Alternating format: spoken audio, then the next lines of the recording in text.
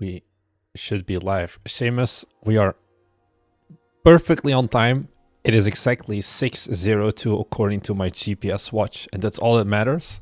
So, hey everybody, how's it going? The wife left me, so that means we got to do a live stream. That's kind of why this is a little bit of a last minute idea. I was like, yeah, should I do a live stream? And I was like, sure, let's just do one now. There's no like there's a little bit of a concrete plan, basically.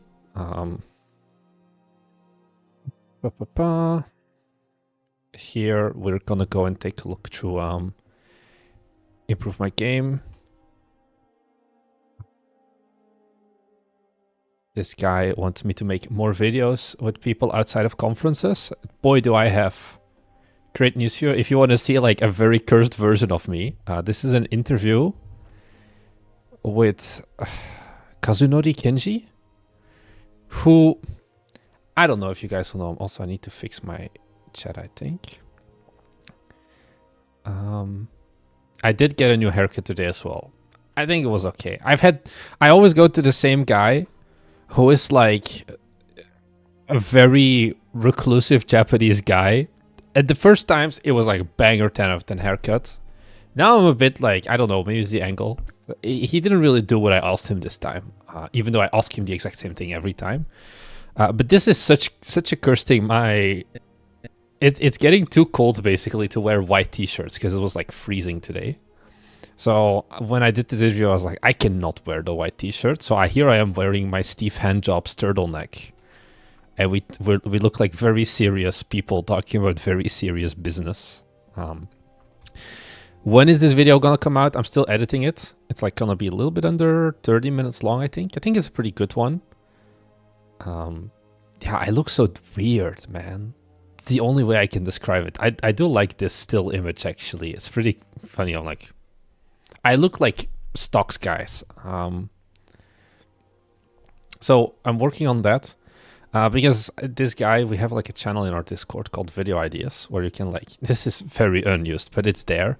You can like be like, hey, I want you to make a video of this. And then this guy was like, oh, you should make a videos where you talk with Krzyzewski, Thomas Bros, and Jonas Tyroller.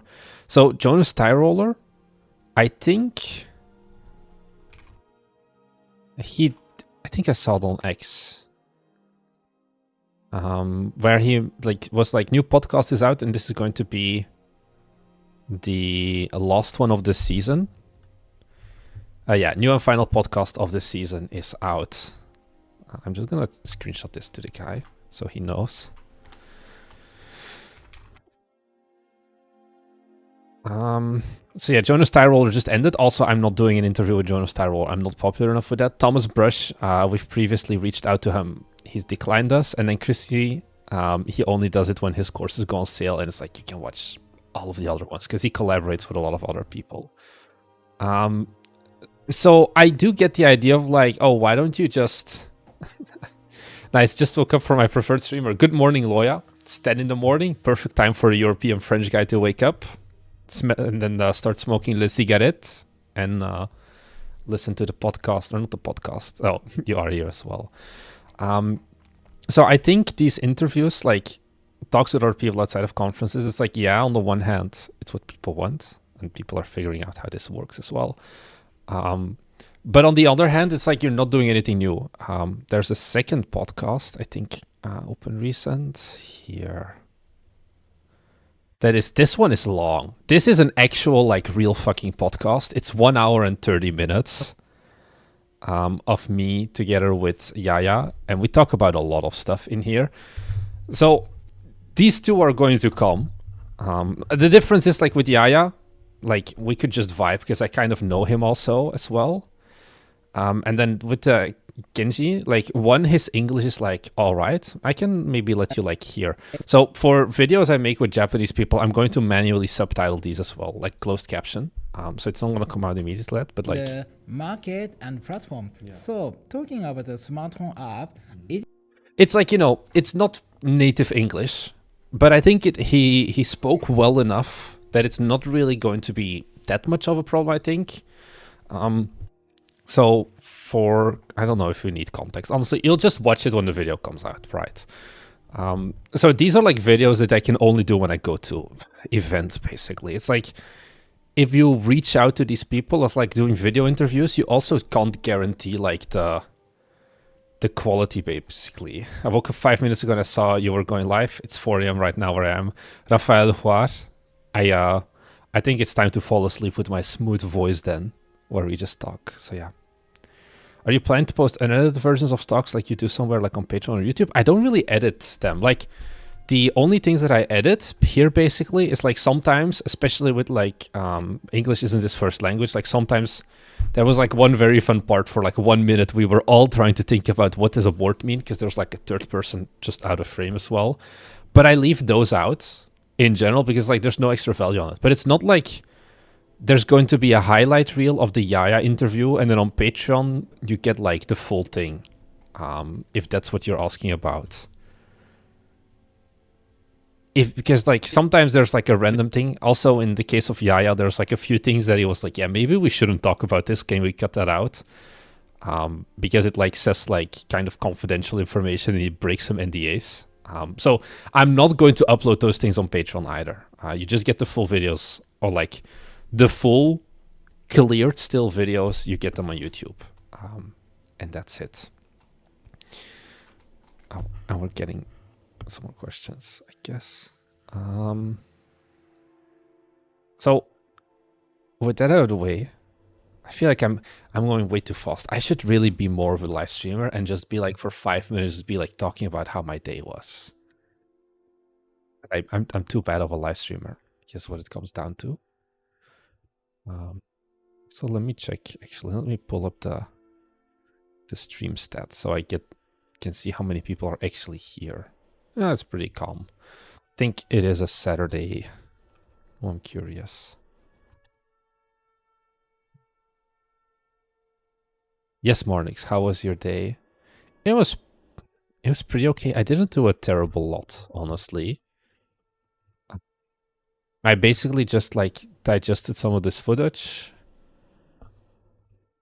Why do we get suddenly so much more views? Oh, because the short that I created has gotten like a lot of views at this point. Surprisingly so. I kind of hoped it would have died on YouTube, but people keep watching it and people keep commenting on it. And I'm like, just let me be. So basically, as a short status update, what did we do? As you can see now, we now have two channels. We have Bite Me Games and we have Bite Me's Games. This was the Kyoto Anomaly YouTube channel. Like I used to make them separate, like Overtime Anomaly, you can still see her as well. This was the Kyoto Anomaly one. It had 4 subscribers. I was like, fuck it, I'll use this one then. And I kind of just rebranded this one. I re-uploaded the trailer and the main video, and both of them are at, oh, let me see if you can see it. Both of them are at 0 views. YouTube has not given a single fuck about them. I don't know why. We're just gonna keep going at it, I guess. So yeah. Fast forward my game, Edward. Will there be a Bite Me Games Award for 2025? No, because we were this year. So you need to know why was there a Bite Me Games Award last year. It's because we didn't get nominated for the Belgian Game Awards. And out of spite, I was like, we're going to make our own game award show with blackjack and hookers. So that's what we did. It's not a new channel, actually, Evelyn, because we uploaded videos on it half a year ago. Like, why is... God damn it, the AI tab has just completely frozen my browser. Hello. This page is slowing down Firefox. Thank you very much. Come on. Okay. So, what I wanted to say is like we have like the Kyoto Anomaly trailers are on here. So it has like some views. It's not like a brand new channel that we just created. It's just the one that has been kind of like ignored for a while. You should do a viewer calling where we just still because I have no questions but I'm lonely. Maybe. So there will not be a Bite Me Games Award. Also, why won't there be a Bite Me Games Award this year? Because the performance just wasn't good last year. Like nobody really viewed it is what it comes down. We pulled in like some sponsors. The sponsors also did not get anything out of it.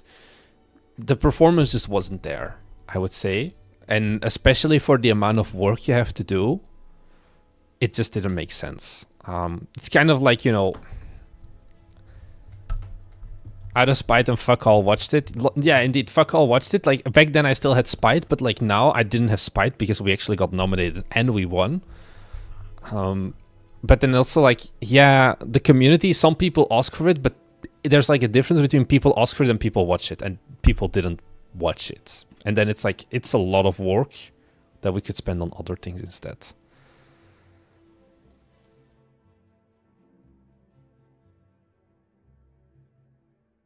As for the day in the life, Evelyn, I swear I was planning to do another one this week. And then I always forget. I wake up and I always forget that I need to record. Even though my camera was like standing ready on the tripod and everything, I just like went on with my day. And then at like 9 a.m. or something, I was like, fuck, I should have recorded this. And it feels like, yeah, it's stupid because once you've started the day, can you post a new channel? Are you interested in the new channel? Wait, I think you can. Let me check if the channel URL actually worked. Bite Me's Games. Does this go somewhere? Hey! YouTube, why are you like this? This shouldn't be the case. Now we're gonna actually... Oh, you guys can't see anyway. Less depressing show today. That's the plan. Thomas also isn't here. I think Thomas was the problem. He has very much sad author vibes is the best way I can describe it. Oh, it's here. Yeah, there's like a YouTube URL here.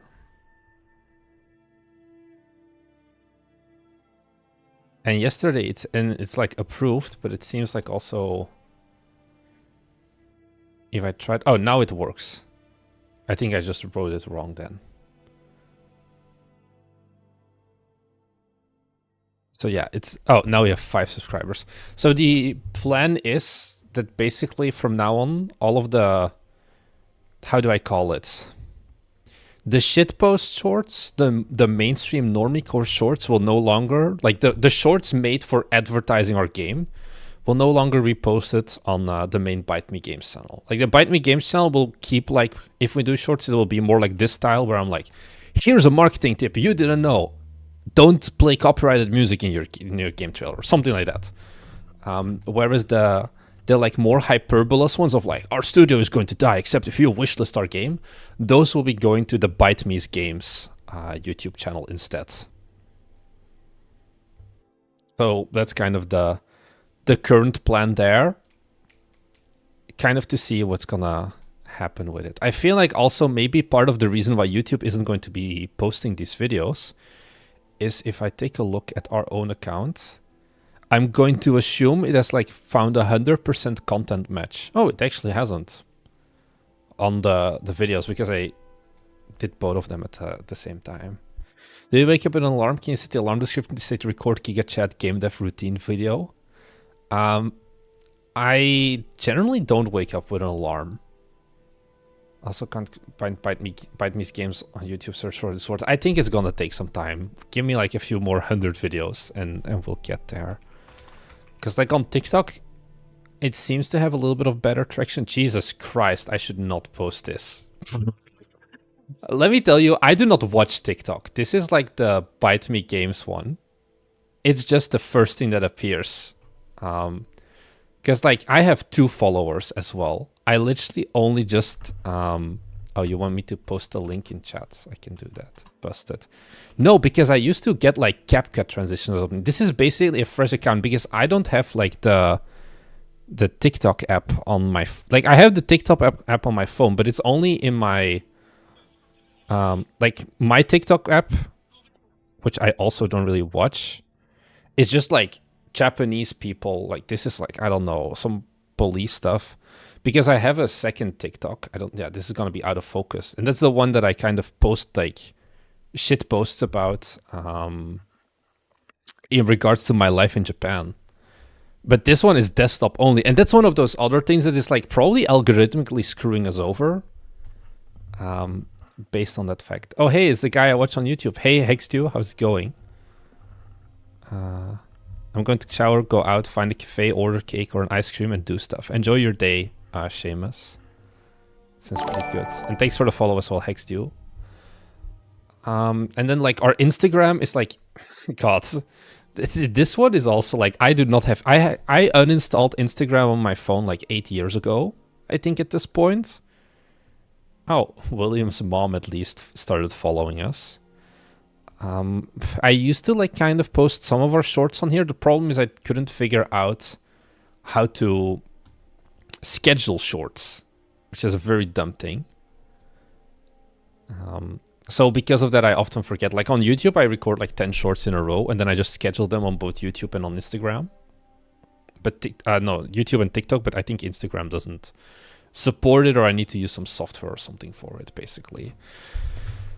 I'm pretty optimistic, I would say, that we can bring the wish lists back, to be honest. Kalamoto Shaku, oh my god, are you based in Japan? Me too, do you attend any game dev events? So I actually just went to Tokyo yesterday. I came back from Tokyo yesterday, because I went to the Unity U Day. The thing is, I live in Osaka, so there's a little bit less events here. So I went here, this was Tokyo. I went to the Osaka Indie Game Summit, which is actually a free video over on our Patreon. I think if I just look up Osaka, maybe I'm gonna find it. OIGS. Vlog. Clear filters. God damn it, it wasn't that long ago that I made this video, so I can find it probably.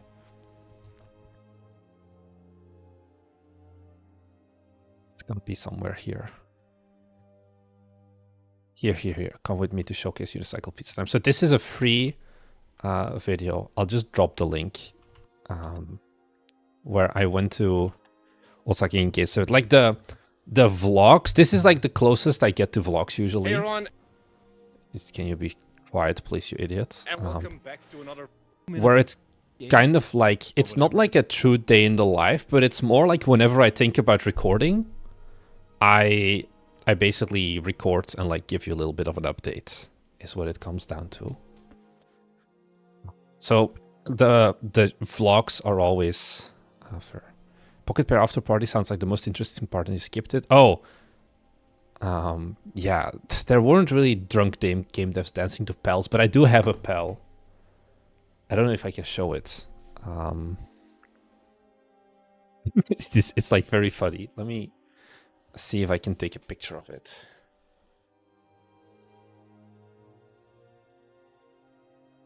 Let me see if I can put this on like Google Photos so I can get it on my desktop. I got free Pal World at least from it, from going to this event.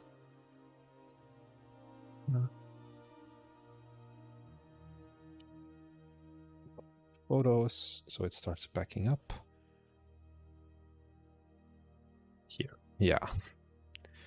We just have this in like our kitchen now. I got this like, I don't even know what the name is of the Pokemon, but we got this like for free. Everyone who attended the event and like the after party got like a free pal. It's like, what do we do with this? My wife was like, I'm just gonna sell this. And I'm like, what the fuck you mean you're gonna sell this? Who wants to buy this? So we just have this standing here. A brand new original with tag Pocket Pair Pal World Pal. So yeah, I want to do vlogs. It looks lonely. Kativa, is that the name?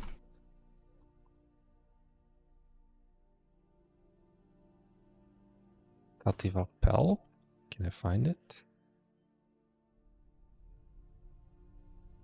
Oh yeah. I didn't know the name. Now I know. Yeah. So yeah, I want to do vlogs. The problem is just like also my vlogs are so boring. Is always what I think. And I would prefer not to do like boring content. Because it's also one of those things that I know would like perform well of like game dev day in the life, basically. They always generally perform pretty good view-wise. Jesus Christ, 17 million. Okay, but this is Paulo. TJ, he's a ripped guy. Browser. Code Monkey. This thumbnail is like, nothing beats this thumbnail. That's the problem. Yeah, I've went to the Tokyo Indies event before, so last year when I went to Tokyo Game Show. So it's like, I should do these videos, but it's also like, I don't have like the Tin Matrix aesthetic setup either. Everyone thinks their life is boring. Until you see mine. Because it's like, I think my life in Japan is still pretty interesting because I can be like, oh, let's go to the gym, let's climb a mountain or whatever. Are all game devs ripped or something? These thumbnails are killing me. I don't think so. It's literally just Code Monkey and then TJ, I think, that are. Because then you also have this guy. Is this screen for questions you can answer quickly or answer questions you can needs lots of time to answer? What is your question? It's for questions. That's all I can say. Like the ideal way, although we still haven't really gone through it. It's like you post one here. I mean, I did say I needed to be more like a regular live streamer and not immediately dive into the business part. Let's finally, after 21 minutes, go into a question. I think at the hardware requirements for Steam page. I know you have to write up and come with the hardware requirements on your own. How do you do that? Is there a program for it? Nope. How does Bite Me do it? Let me pull up a store page. All of our games have basically the same requirements. You want to know how I come up with these numbers? I'm like, what's a somewhat moderate spec that I think people can hit this game with, that we target? And it's like, this is fine. I have never had a person... No, I have had one time a problem with graphics. And there was one guy, he sent me an email, and he's like, yeah, there's a problem with Kyoto Anomaly, there's no floor. And he's like, these are my specs, I have 64 gigs of RAM and an Intel i7 or something. How does this happen? And I'm like, did you omit your graphics card or do you not have a graphics card? He's like, I don't have a graphics card, but that shouldn't be the problem. And that was like the one time where I was like, I feel like you do need to have a graphics card to play our Unity games. But yeah, I just kind of take these stats, and I think like with a Unity game, you can hit them. If you're making a 2D game, it's like has sound cards, and that's it. These are also like you just need to fill in something, and you can always change them. It's really not that deep, is what I take. What steps do you take to optimize your games? We look at the Unity profiler, and we see what we can do to improve. Do we have like a lot of batches? Do we have a lot of draw calls? And then we just look at which things can we reasonably solve and which things can't we? And that's kind of it. Our main goal is to make every game runnable on the Steam Deck. And I think so far that's been doable. And if we can run it on the Steam Deck, I'm happy with it, basically. It's almost like there's a whole world that's played in 24 different time zones. I make games with that, LOL. Yeah, but you're probably not going to be making a game that's like this with an integrated graphics card. That's the main thing.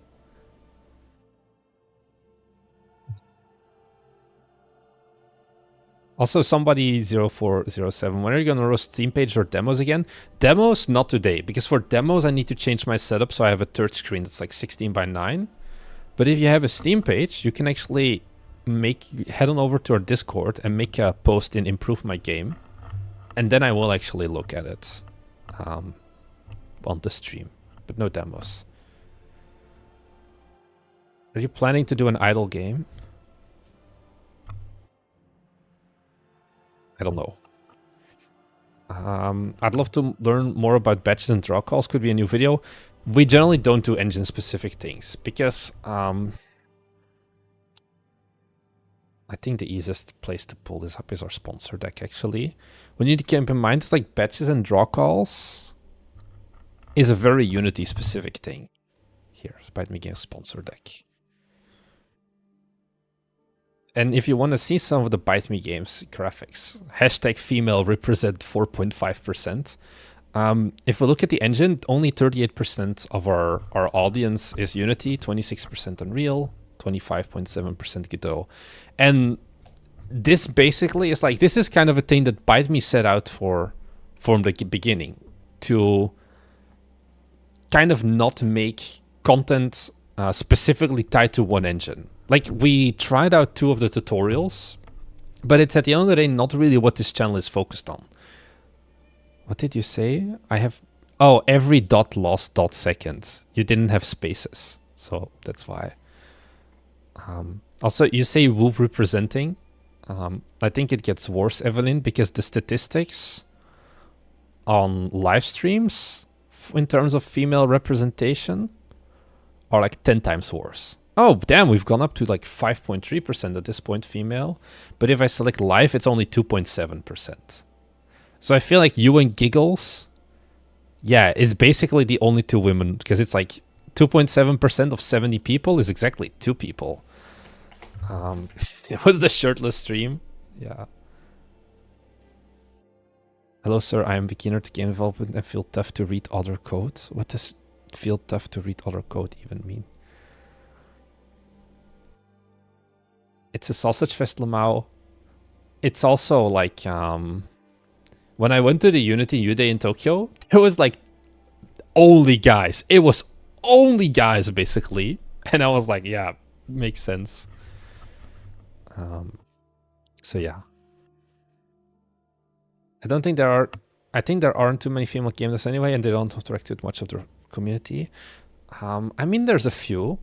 You have Sondering Emily, although she does Roblox live streams. We're back. I don't know what happened. It's suddenly my... I feel like no. I feel like this is a problem. Why the hell is this Patreon tab taking up 1 gigabyte of memory? This is like my Firefox.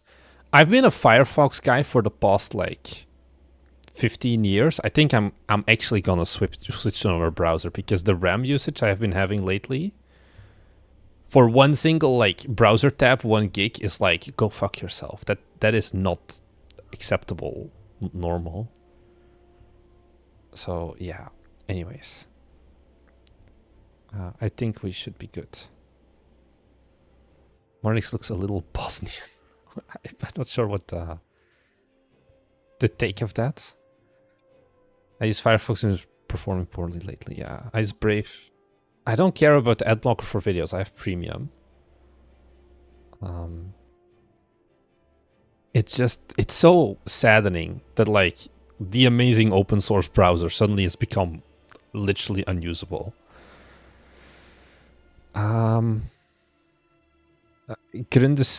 Grundstein, how big is your team and who's doing what? It's 3 people, and we have 2 programmers and we have me. And I do everything that's not programming, basically. I'm also gonna shut down this, just so I'm not using like too much RAM on like stuff. What about Microsoft Edge? Isn't that lightweight? I would rather just switch to Linux then.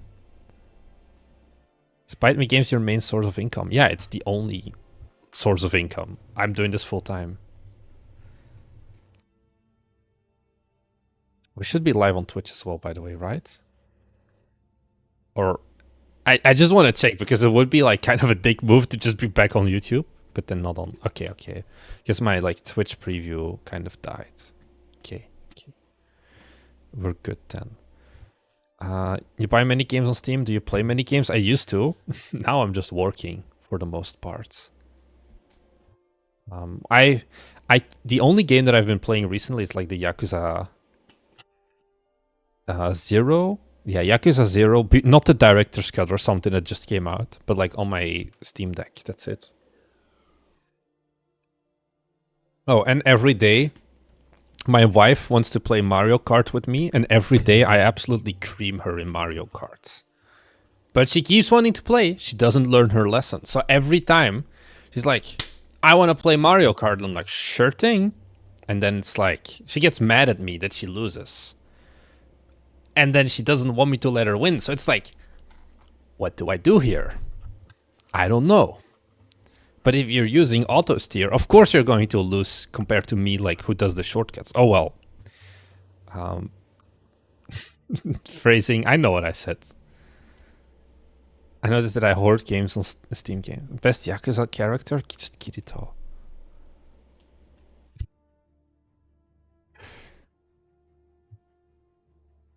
I don't drink that much alcohol. Because it's like Beerio Kart, right? But I don't want to do that. It's just like 1 or 2 Grand Prix, basically. I don't get it. She's always like, I want to do 2 Grand Prix. And it's like, you know, it's like beating a toddler. I don't get any enjoyment out of it. That's the problem as well. So yeah. Give me 1 second, actually. This is not.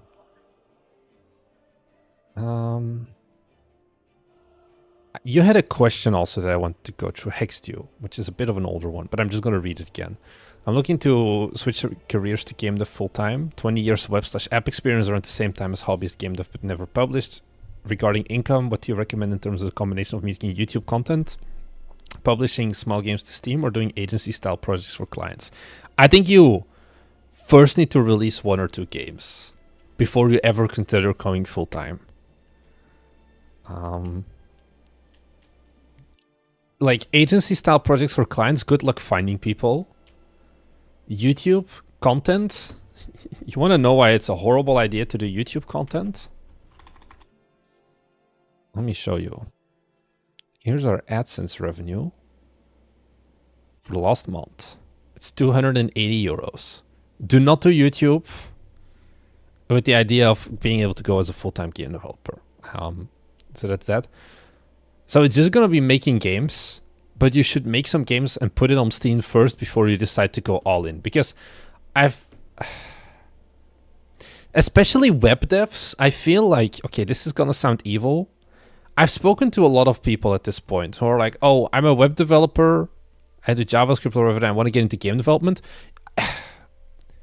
You guys are like the worst people to go. Like, there is 0 transferable skills between web dev and game dev, I would say, honestly. And it's like, you know, yeah, you're also going to run into a lot of code issues because the difference between JavaScript and like game code is just so giant, basically, that you should first like actually make something on Steam first with the idea of I'm gonna make it commercial before you're like, okay, I'm going to start making games now. Yeah. Everyone should follow my track. Hobbyist game dev, fully self-taught, working on a game for a decade because too long of scope. I don't know about that, working on a game for a decade. What if webcam? Maybe, but then it's a different thing. He, in this case, explicitly mentioned Steam. You have platforms like Crazy Games.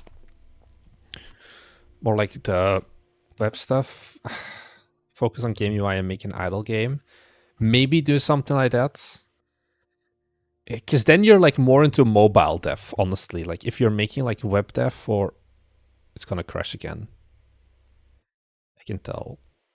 I'm gonna kill Firefox. I don't want to know how much storage, like RAM it's taking up. I don't know if you guys can still hear me. Oh, this is just painful because I don't know if you can hear me, but like I just sit here. Ow. I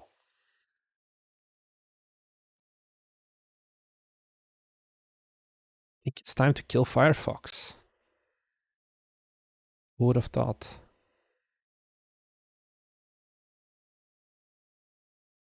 Come on. Are we gonna get there? Oh. I just want to close my Firefox tabs. I just want to kill it all. I'm so sick of Firefox. I think I may actually... This is gonna be the end. Okay. One Firefox window is closed. I'm gonna kill the second one. Okay, now it's not responding. I cannot see the stream, by the way, so I don't know if things are updating or not. We are just hoping that I can actually close my Firefox. When I worked as IT dev, the first thing I did on every job was go over the pages and remove the loading times. Oh, like just speed it up. Yeah. Don't kill Firefox, please. Just make it sleep. Don't know. I wanna kill Firefox and all of its children. But it's making my PC chug so much. Just everything after WebTech suck. I mean, everything after it was just me yelling. Firefox, do you use the game engine to create the mesh for the graphics or a separate program? We use Assetch. But generally, if you're making like your custom art, you would use Blender, basically. Okay. I closed Firefox and like my PC is actually instantly usable again. I don't know why. So can I like just Spotify the Skyrim soundtrack? You guys want to see my Spotify Wrapped? Can you actually see that on desktop? I don't think so. This is gonna be very loud. Okay. We have the Skyrim at least back. I'm just gonna open a task manager. But I don't think I'm logged in on like anything on my Chrome. Give me a second. Because I would like to be able to see chat better. I'm logged in only on my personal account. My Spotify Wrapped is cute because I listen to music while sleeping. I still don't have my YouTube recap. But I know 100% confirmed that my YouTube recap is gonna be like disgustingly crazy. I'm gonna be top 0.01% for technology connections. Because that's what I fall asleep to. Okay, I guess we're just gonna go back to Firefox because it's too much pain. I need to log into everything. But we're gonna stick to the Skyrim soundtrack on Spotify.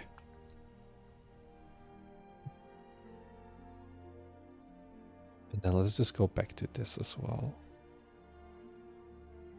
Give me a second, guys. Terribly sorry for the technical difficulties.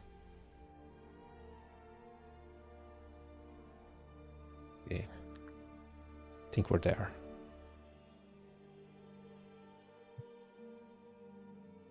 Let me also get my Twitch up. And then maybe we should talk about hard carry. Just load up Skyrim, takes less memory. What was it? Skyrim has now been announced for the Switch 2 as well. I'm just gonna keep bringing that shit out for everything. Stream manager. Okay. Do you also animate the mesh in Blender? We don't do either, because we don't make our own models. Basically, we do everything in with like asset packs, basically, and that's it. Do you ever dream about tech? I dreamt. I have weird dreams. Is the problem. I even have them here right now. Like I've started trying to take magnesium before like sleeping. Because my dreams are like so vivid that, you know, I wake up unrested again, basically. Like I feel like my brain doesn't rest while I sleep. Is kind of the problem. So I've kind of been trying out some stuff just to be able to actually sleep better. Because also like another thing is like, no matter what time I go to sleep, I wake up at 6:30 every day. If I go to bed at 9, I'll sleep until 6:30.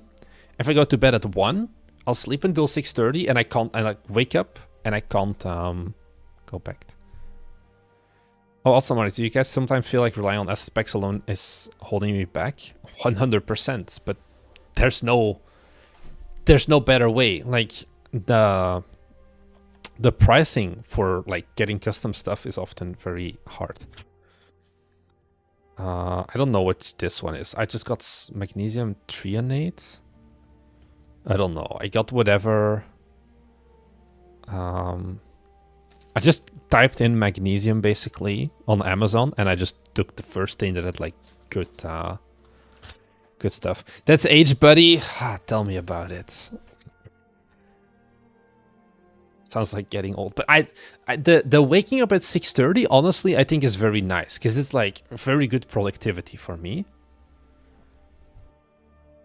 Whereas like the fact that my dreams are so intense, it's like actual genuine movies, but it's like it's not resting anymore, basically, is the problem.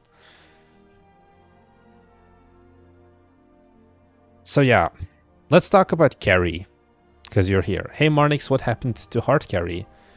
Do we have updates on Hard Carry since the dev streams a few weeks ago? I remember you saying you were entering a demo in the January/February Next Fest. Is that still happening? And will the demo come out even sooner than that? So Hard Carry.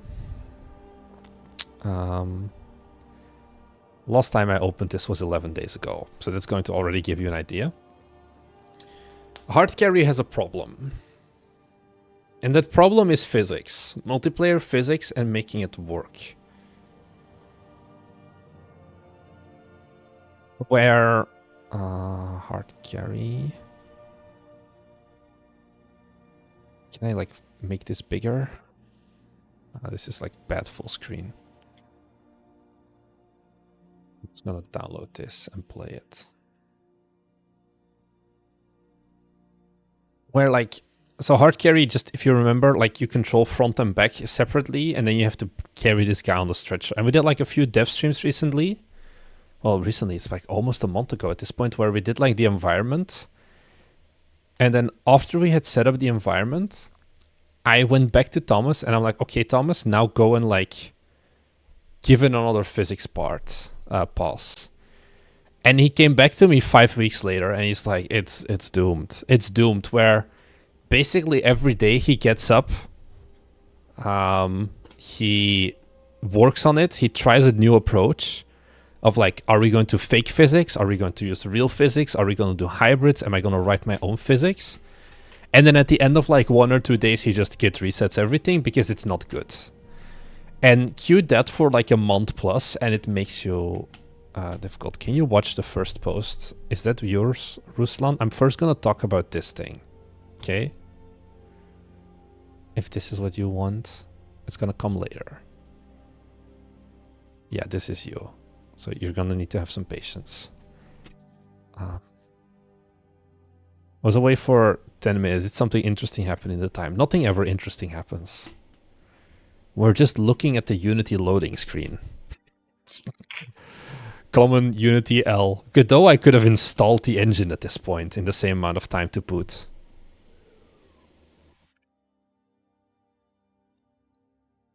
But yeah, it's a problem of physics. Hey Marnix, I hope you're well. I see you managed to hold yourself out of bed for this one. Sinistan, it's 6:45 p.m. this time, not a.m., so it's going fine.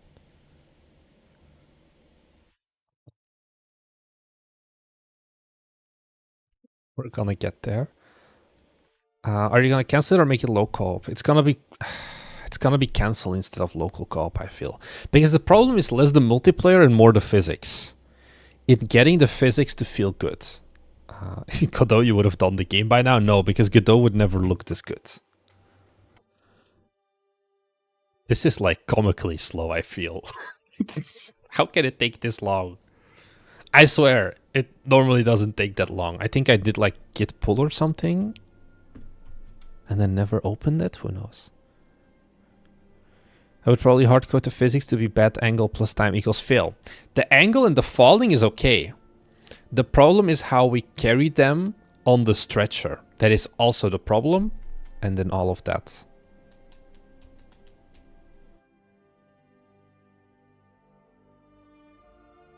Computer almost died. 3 streams in a row. Let's go, Sinistan. But it's like I have a good PC, so it shouldn't be that reason. You're still in Japan? You go on walks? It's so pretty and peaceful here? Yeah, it is. It's finally getting cold as balls now. That's the one downside. I do miss Japanese summer. No, I don't want this now. Like, it's still okay. So this is in Celsius. Like, it was like -2 or something when I woke up as well.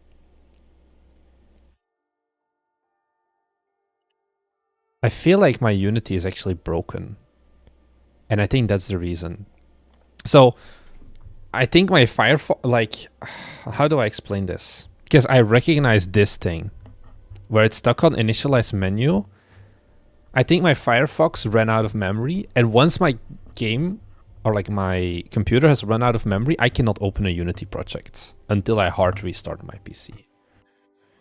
I'm in Nara right now, but not in Nara City, just Nara Prefecture. So we're not going to be opening Unity today, unfortunately.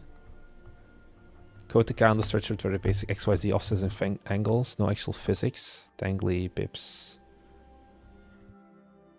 Yeah, restart PC. I'm not gonna restart PC. I feel like I also can't shut this down now. Okay, I can. It's okay, Unity just makes some weird shit in the background. I don't think so, because I've had this for like half an hour before. Because now it like doesn't think it's closed as well. Even though it is.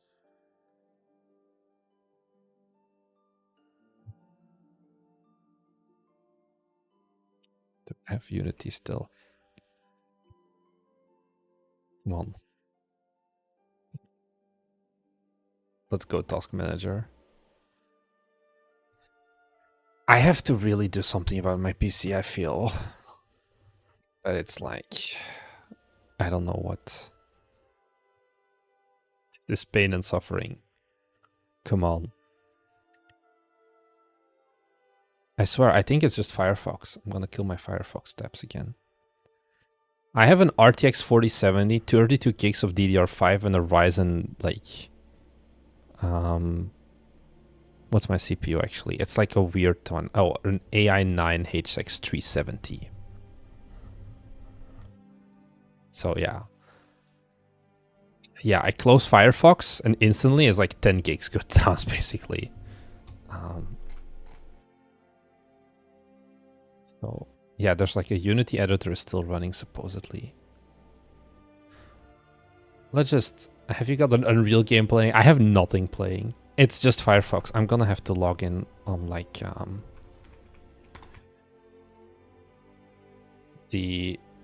gonna switch to Chrome. That's just gonna be what it's gonna be from now on.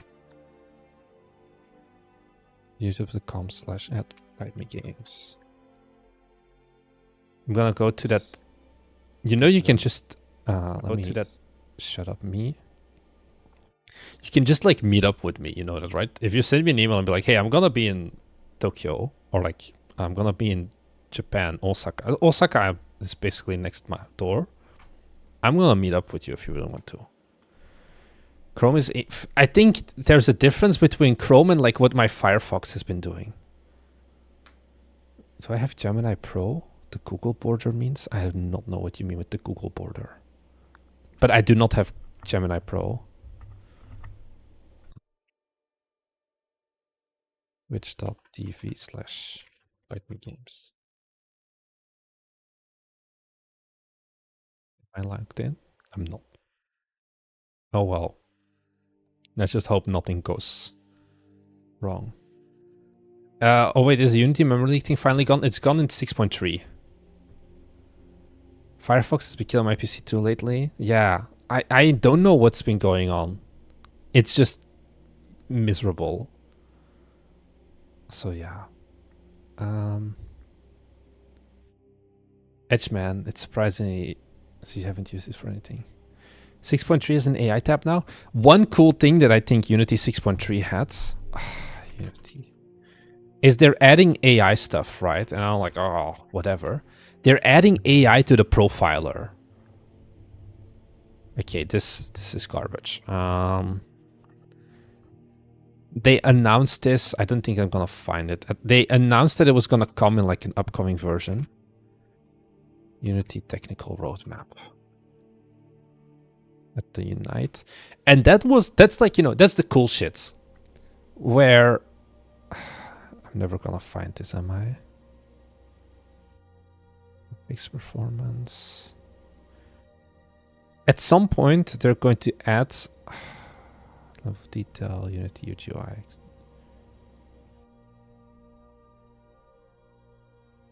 How are we gonna find it? Engine diagnostics? Did this one? No, not here. There was somewhere.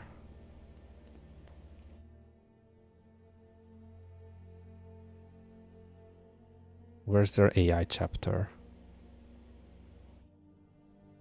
Agentic infrastructure, probably here. No, visual debugging. This is like what the Pezzy can do. I think it's this one. Yeah, models can analyze profiler data. And this is the shit that I actually want. Where I can like... Because that's what I run into now with Pezzy as well. Of like...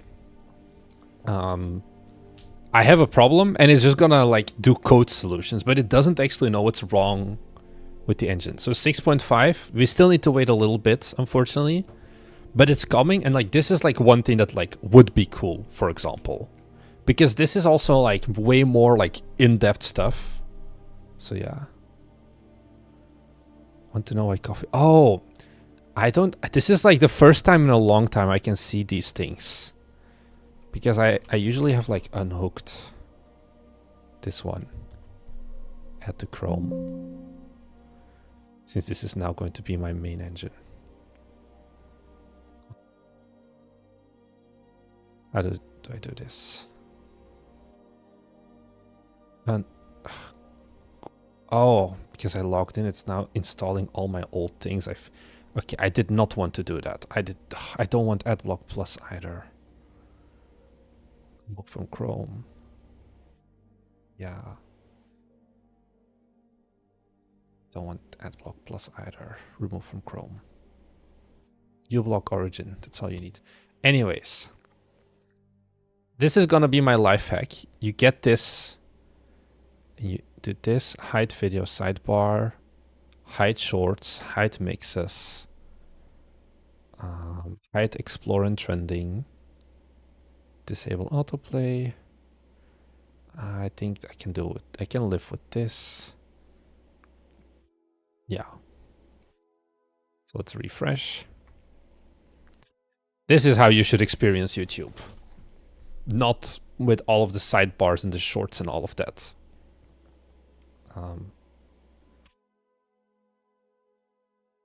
But ending up with 5 extra tabs to go on when you finish watching the YouTube show, no, it's not. It's just like, meh.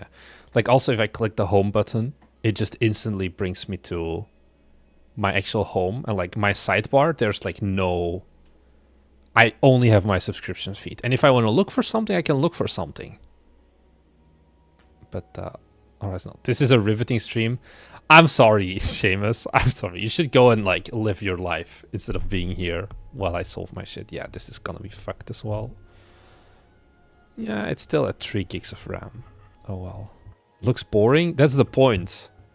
Because you need to actually make games. So anyway, hard carry is right now in a semi-paused state. I mean, it's kind of... It's not cancelled.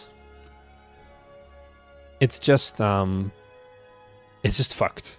It's the best way I can describe it for now. Where it's just getting physics. Oh.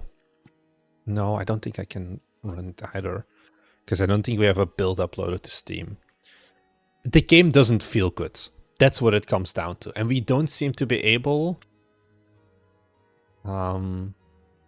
to actually make the game feel good. That's kind of the problem we have.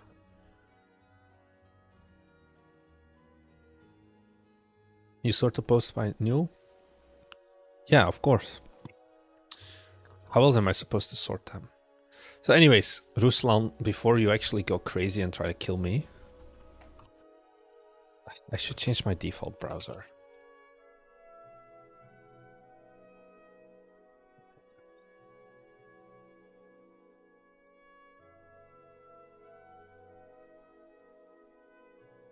Jesus Christ, Window, why are you like this?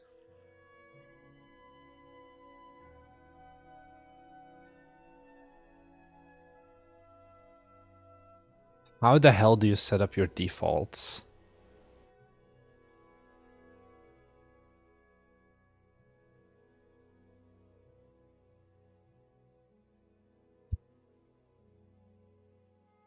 Maybe just go Chrome. Choose defaults by link type? No. This is miserable.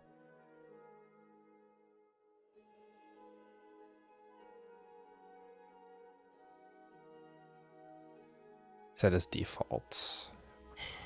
Sure.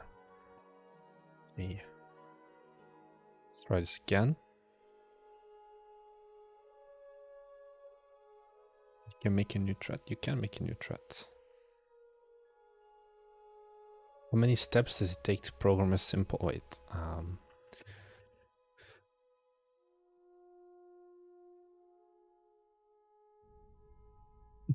Yeah, I feel like YouTube recommended kind of sucks as well. How many steps does it take to program a simple walk/run? I don't know what you mean, how many steps. It's code. It's how fancy do you want to make it. There's not a single, like, how you want to do it. Okay. Someone also pinged me. Oh. Oof. Did you get a Unity hoodie? I still automatically open Firefox. I need to remove it from my taskbar. This is gonna, like, be a lot of muscle memory. What does the Unity hoodie look like that you're talking about? I have a special... Sorry, I wrote hoodie like that. I'm not sure which one. Unity merch? Where did you find that?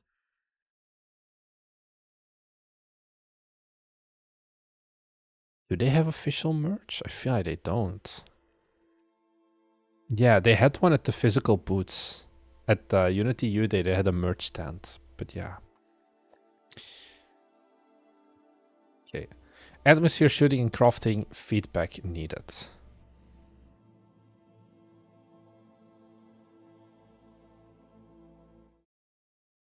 Pick up. Why is this like so crunchy? Okay. It's okay, it has a little bit of like a PSX vibe still. I think graphically it looks very good.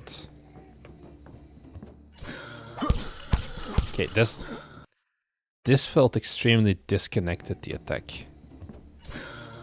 Where like he attacks something that's like 2 meters in front of him, basically. Like there's a lot of distance in between the two players.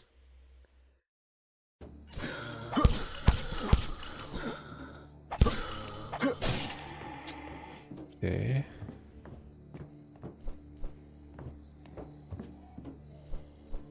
Yeah, I think the so far the main thing of this game seems to be the art style. Combat hasn't wowed me.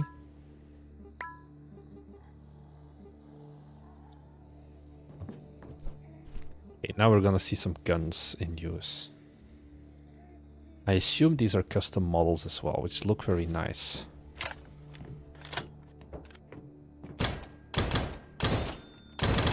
There's no crosshair.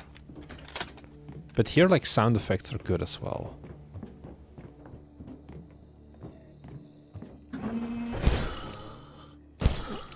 Well, those iron sights must suck to use.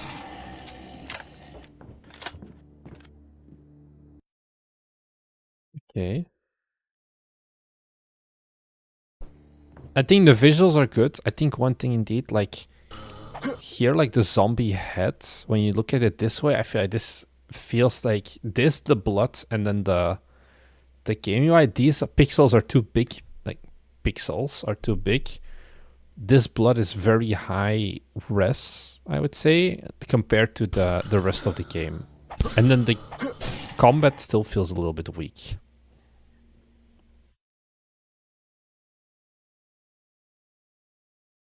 Is it an option to let William have a go at hard carry? We considered it, but not really. What I told Tom is that he should do, but he was like, I don't think I want to do this. Is just do a live stream,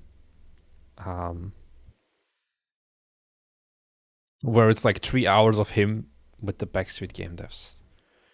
Texture low poly, I'm not sure. I think overall it looks pretty good.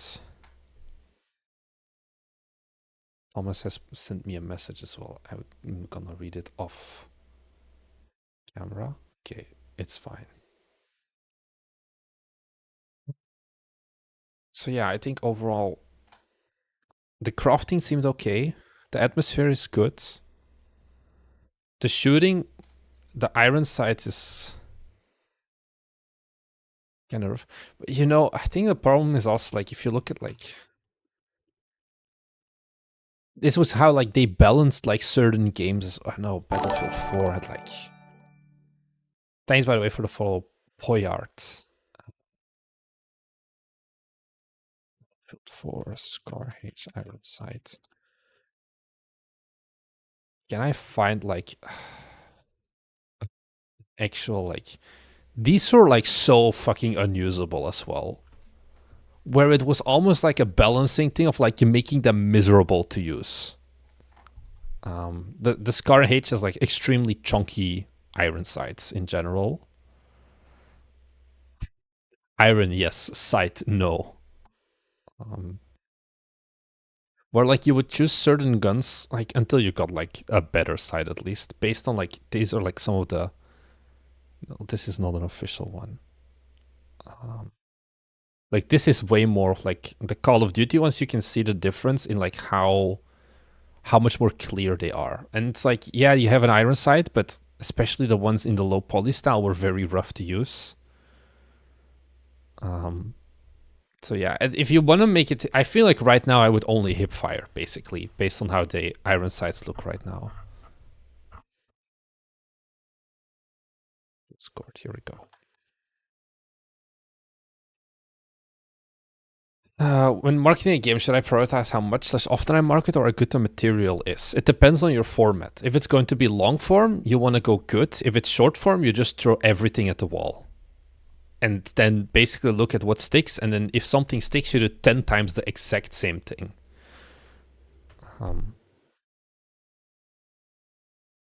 Yeah, you leave time, you see through the weapon with your second eye. It's the same thing with, now that we're here, Battlefield 4. I'm just going to, because they are like somewhat realistic. Whereas like these EOTech sites are like very bulky. In reality, an EOTech is like not really that much of a problem because your second eye like sees next to it as well, and you kind of focus way more on the reticle. It's just once again like one of those things like you have only a single camera basically. How are you gonna balance that? I'm not sure. But like yeah, there's always going to be a problem in that regard.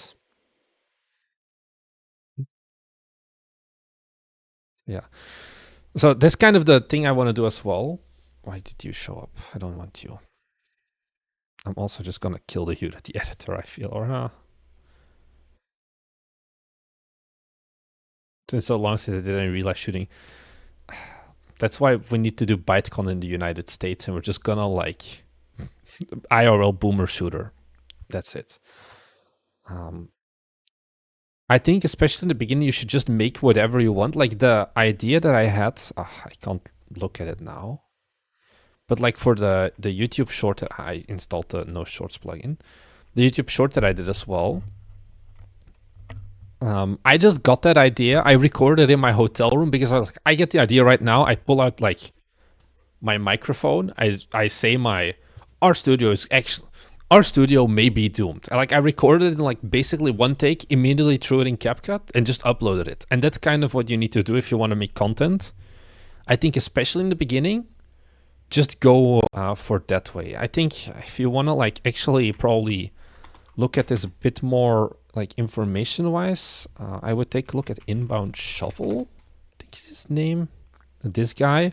What's up, gamer? Who is very big in like YouTube Shorts. I have it disabled now. But I would probably take a look at like this video of like the problem with indie game devlogs on YouTube. And then just see what's the style of YouTube Shorts that he makes, which ones perform the best, and which ones can you basically just yoink for yourself.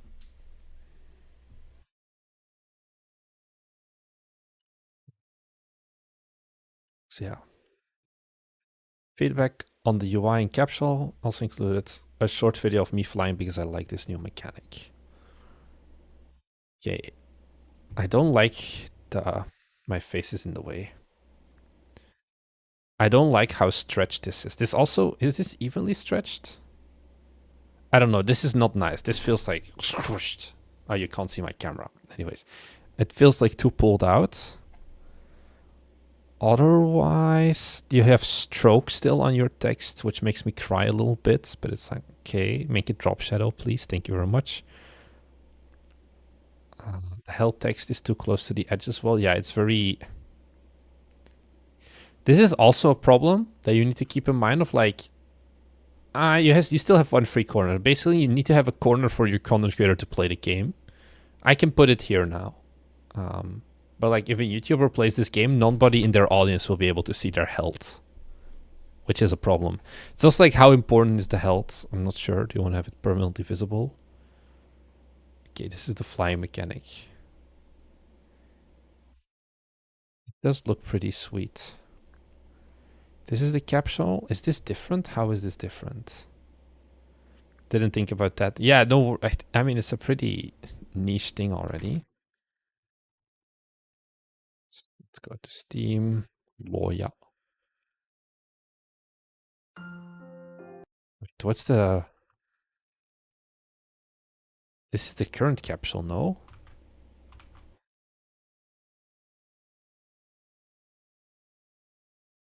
What was the old capsule? Can you post the old one?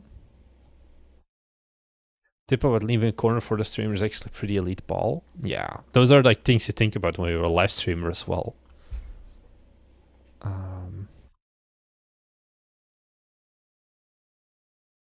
Yeah, because I feel like the text logo stayed the same between your two versions. I guess you put the character here. I think this guy was there as well in the previous version. Oh, I also noticed how I paused it earlier, I guess. Look, why is it so silent? Take your time, Loya. It's not like we're waiting on you to post the... I could probably find this myself, honestly.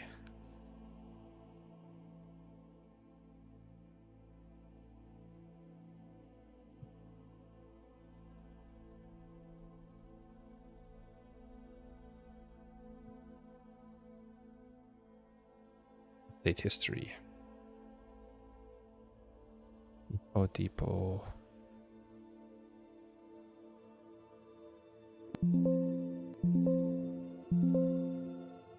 Capsule. Changed assets from... Oh, it's a different character and a different color palette. Library header image. Yeah, so you basically just changed the character to have a pickaxe, and then you added a slight vignette. I think overall, if you keep these two like side by side, this is very much cleaner. And I think there was like indeed a heavy shadow here. This one explains the game a bit more. It's also like, this is like the indicator of like, it's going to be a crafty buildy game.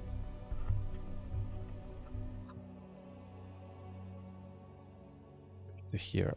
Extending the tip out, leaving a corner for the streamer. Is there a best or worst corner? Ideally leave one at the bottom. Like left or right at the bottom. Like this feels awkward, don't you think? Like if I'm here, like there are streamers that do this and they have like a stream setup that kind of looks like this. I personally don't really like it. My favorite one is kind of like this corner. I think the capsule is very much an upgrade. The colors also feel more muted, but in a good way. I don't know. They feel more serious, I would say. And the outline is just drop shadow, but the drop shadow is less intense and now it's only at the bottom, I feel. Or is this an actual outline? It looks like drop shadow. I'm not sure. Yeah, I like it more. I think my main question is like, I feel like this is not the full resolution. Yeah, no, it's a drop shadow. Yeah. I know when it comes to drop shadow. Oh, you did this 2 weeks ago already. Oh no, it's because I was looking at the old, not the 2x version. I should have looked at this one. Yeah, this one is higher res. You can do that. Pros look under the hood. So this is if you go to SteamDB. SteamDB, you can see every single change that happens to a game from like basically the moment it got started.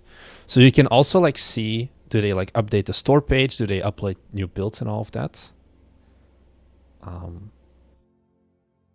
So like, so for like my virtual friends, let's say, because I know there wasn't much here. Like if you go to update history, actually, can I see? I had an artwork override. I guess artwork overrides do not show up here. But you can see like, oh, Storebound. They had a few Capsule updates as well. If you go to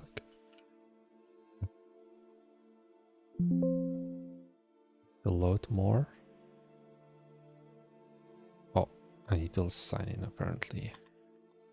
Oh, it's called header. I can't see the header because they've just had so much updates, I feel. Yeah. This can't hide it? No, you can't hide it. This is all like public information. Damn, does this game fall off? I don't think it fell off. They had a... I feel like compared to their previous game, Murky Divers. Yeah, Murky Divers to this day. Look at the last 6 months. Screamed Storebound. They also didn't get way as much reviews. I wonder what happened. Now I'm curious. Oh, I'm gonna uninstall the Jonas review guesser, I think. How much is this? 234? Yeah, that's not a lot. I also do not like this team capsule. This capsule. Let's remove. This is like my extensions from like 15 years ago.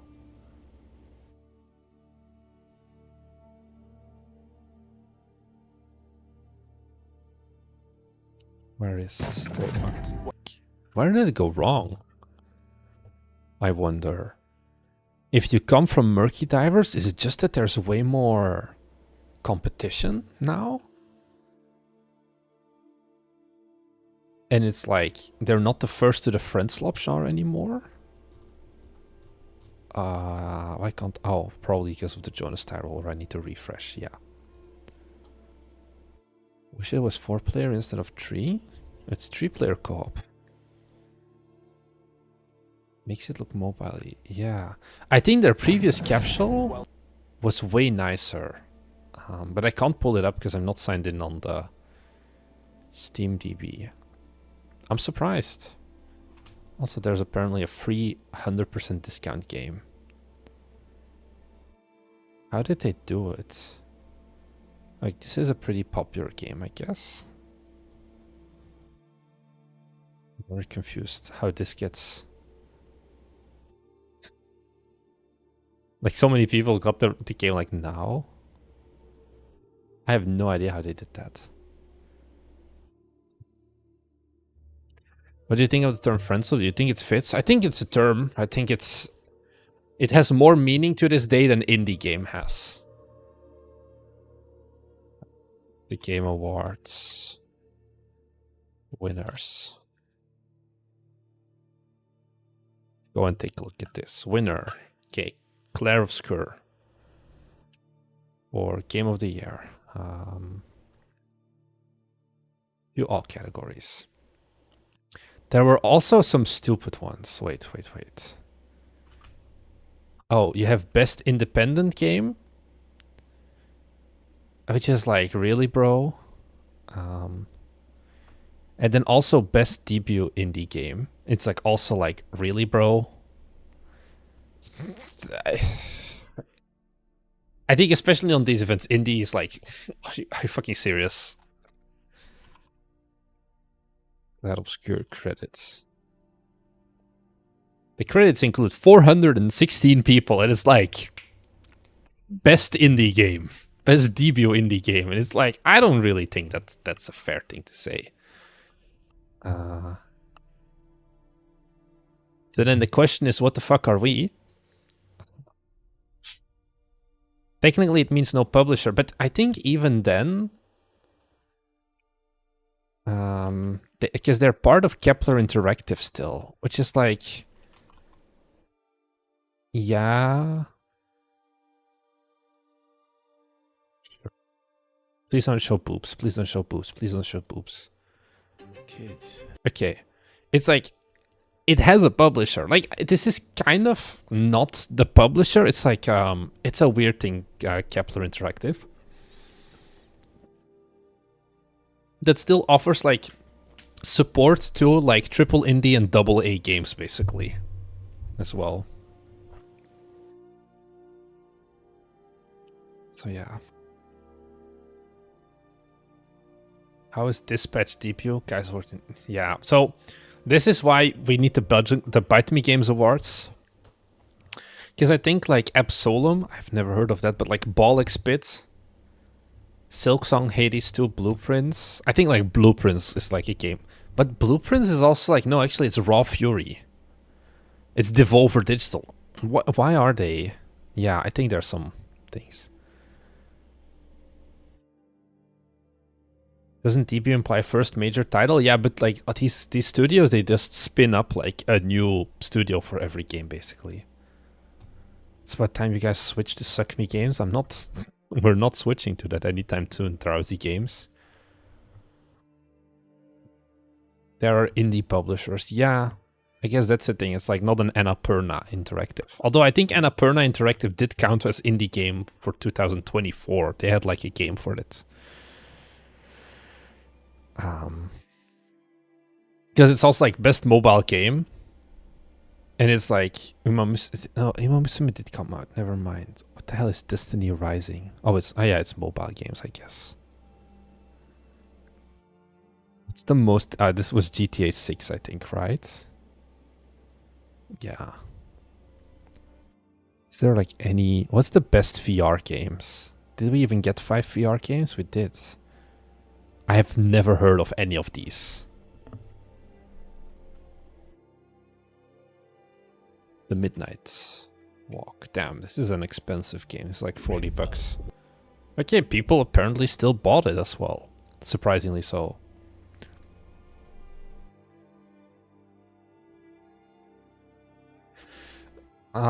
So it just keeps going. It just keeps going.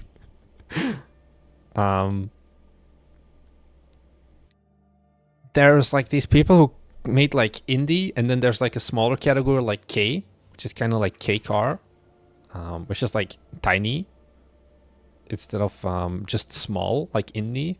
But I don't think it's a good. I think the problem is not that indie should change. I think people should just change what they see as indie. If that makes sense. It's not like we aren't indie. It's they aren't indie, and they being like Sandfall and things like that. So yeah, Thomas keeps sending me messages, but I don't want to leak anything.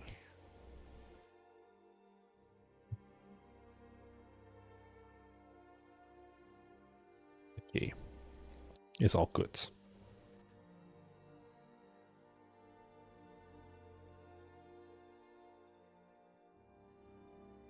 Do we have any other peeps saying something? No. Oh, but someone asked also, Retna. It's like, hey Marlies, what are your thoughts on Steam bundle spamming? Bundles seem to work well, and I saw some games, almost 100 of them, that brought good revenue.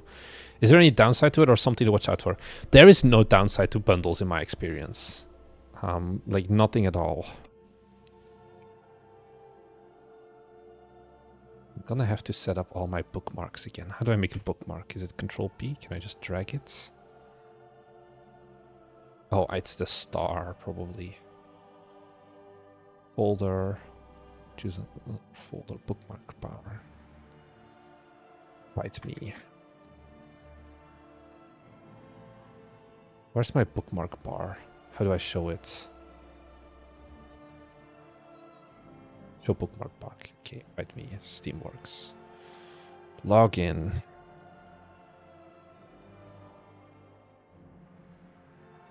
Someone wants to log in on their Steamworks right now. Who has the balls? It would be the most stupid thing.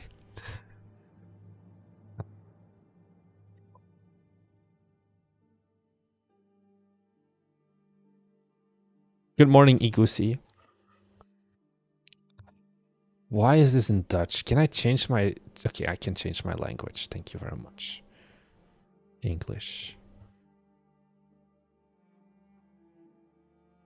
I didn't want to be here. I wanted to be in financial info. Anyone wants to show me their financial info? Too bad. Sign in here. It's too slow. Okay, so what I wanted to show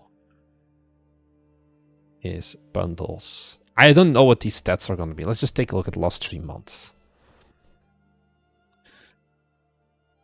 Let's sort by sales because it's interesting. So we bundled with our own game, Anomaly Hunters. This is Overtime Anomaly and Kyoto Anomaly together. And it still sold like... Also, like Krusukowski, like bundles are generally just an extra incentive for people to buy games, basically. Unicycle, Pizza Time, and Paddle. So the one thing is that bundles has a little bit of a different power dynamic where the game that is going to come out soon has kind of the bigger dick in terms of what they can demand compared to the game that's already out. Usually the game that's already out is going to do less for the game that's coming out soon versus the game that's coming out soon is going to give more visibility basically to the game that's already out. So this is case in case of Paddle, and Unicycle Pizza Time. We still got a cool $200 from that collaboration, basically. We have the Bite Me Games collection, which is just all of our game. Japan Anomalies, this is actually interesting. This is with another Bite Me Games viewer. Can I see it? No. But it's once again, it's just marketing. And then this was also a Rage game, but I think this bundle is offline now, together with someone else of our like audience. Can you stack 100 bundles? Absolutely. And I think it still makes sense. I think Paddle has a lot of bundles. Let me take a look. So they have 10 bundles. So you can see like all the bundles they have. Jet Set Paddlers, Digging a Hole, Unicycle Pizza Time, Handstand Hank, Sisyphus, Driving is Hard, Kick in Hell, Stuck Together, Forgotten Fragments. I don't know this one. And then like the full Assemble entertainment bundle, basically. And I think this is always a good thing. Just bundle with as many people as you can do, as long as I think that's an important one. The bundle should be meaningful. I think we used to have a bundle, but it's not visible anymore. If we go to 1 year, yeah. Hazardous Employment. Wow, the Anomaly Hunters really sold a lot if we look at the last year. And Paddle. Hazardous Employment was Unicycle Pizza Time and Overtime Anomaly. And those two genres don't really fit each other, I would say. Which I think is why they also converted way less than the Anomaly Hunters bundle. I thought you had a limited amount of slots for bundles. Only the 3... You can select 3 bundles basically that are going to be pinned at the top. But you can have as many bundles as you want. So if we go back to Steamworks, also let me just make a bookmark for this. Steam stats folder by done. How are our wish lists going right now actually for Pripyat? 106. I like how we had negative wish lists for Songlover Jade. 8. How did people even add this? The store page has been offline for more than a year. A lot of people did remove it. View dashboard here. Update. This bookmark. Edit. Save. So view all applications. think it's Unicycle Pizza Time that has the most bundles. No, actually, I don't think it has. We can see. Edit store page. Is it possible to make a bundle of 3 games and one of the games is free? I don't think so. I think it's under special settings here. Yeah, pin bundles. Maximum of 3 bundles will appear on your product page. By default, the top 3 will be displayed. If you'd like to pin any bundles to appear at the top of the list, select them here. So this is kind of where it comes down to homie code of like, some people will just be like, okay, it's a free-for-all, and like the top sellers go to the top. Sometimes you can like negotiate of like, we'll both put like pin the certain bundle at like the top of the store page for like a week or something, and then it's fair game to make it like top 3 selling. But yeah. Any recommendation or information for renaming a game that is 3,000 wishlist? I like to rename my game because someone stole the concept and kind of has a better name for searching. And the game is called Cargo Delivery Simulator.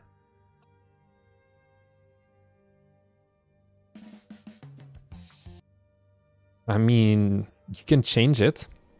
So actually, give me a second. I'm gonna find this. I think I need to log in. No, here. This was on the r/Gamedev subreddit today. So the problem is that your URL, this name, the lost part, country architect, in this guy's case, even if he renames the game, this URL is gonna stay the same. Now, the only URL that really matters is just up until the number, and like everything after this doesn't really matter. Like this is gonna go to his game as well. It's kind of annoying though in terms of like copy pasting. That's one thing to keep in mind. You can always change the store page name, but you need to like send Steam an actual message of like, hey, I want to rename my game, if you want to change like the package and things like that. I don't think it's a good idea to change the name of a game that's already out. Yeah, but it's not out yet.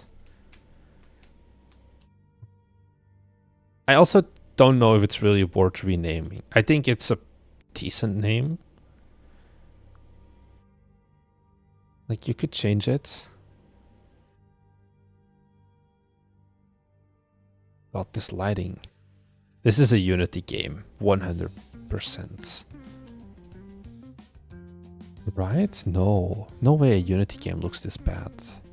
The terrain looks very Unity though. And I think it's a default skybox. And there's no anti-aliasing. Jesus.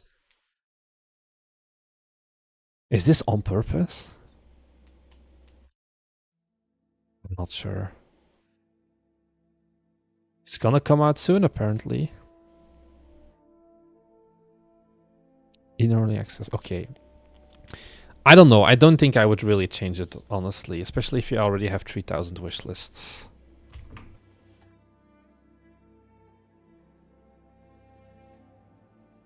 Add this as well. Hey Marnix, just subbed to the Pro for one-on-one calls. I saw it. Thank you very much. I was gonna text you still. Still figuring out the genre for my game, but I have custom rendering and physics for Unity for special relativity, low speed of light. The question I have right now, if the usual meta on best indie genres applies here, I think that maybe sticking to basic genre could work better here. Like 3D platforming. Wait, let me add this for a second. So you're making a game that's set in space and you have like a custom physics. Like you go deep on the physics, right? You're not the only Patreon that is working on like a deep physics like space game. That's number one. The thing is, these styles of games can work, but you shouldn't subscribe to the small games ideology. If you start with, I use custom rendering for relativity, like the other guy, he was doing like custom n-body physics, basically, simulation. I would, like, you have to make these games, like, you work in a different category, because you're also, like, your games start at $20, basically, whereas for a lot of games, the maximum cap is $20. And anything higher than it is hard. For a lot of these, like, the 4X or, like, deep space management games, it's often $20, $30 and whatever. And it's also a different way. You do advertising then, because if you're having that much money basically per sale, like that you get, like advertising makes sense as well. You can do things like some devlogs. I don't think you should stick to a basic genre. I think if you want to make a deep game, oh no, you just have the engine basically, and now you're like, what should I make for the game? Could work for usual looking world. Okay.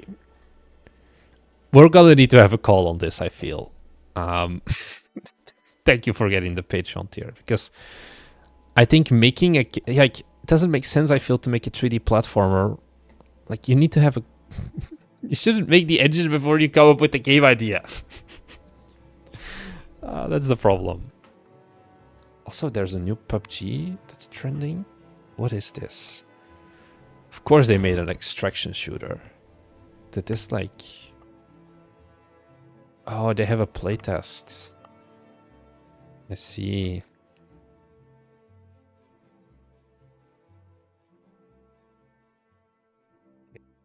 Anyways. Make visual novel. I don't think that makes sense. Like, racing arena shooter. I think we need to see what the engine is like capable of and what the benefits would be. If your unfair advantage would be the strength of like your engine and like the custom tool, then you should build around that basically as well. If you make a custom engine for a game, you'd only want to do that for a game. Yeah, that's what it boils down to. Also, my Unity is still... I'm just gonna kill it. It's doomed.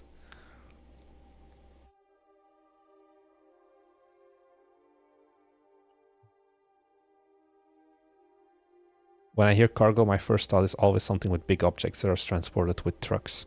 Yeah, or cargo pants. Maybe cargo pants as well. Do we have any new questions also? We do actually have a new question. Oh yeah, so always do bundles basically. It's just making connecting to people. Does Steam provide any protection from just someone taking your game files and uploading them to Needed? Yeah, there's Steam DRM, but it can be bypassed pretty easily.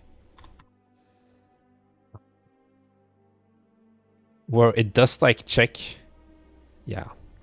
Steam DRM protects against extremely casual piracy. But it can easily be get rid of basically. Oh, they even say it in their official. Oh yeah, here. It's not anti-piracy.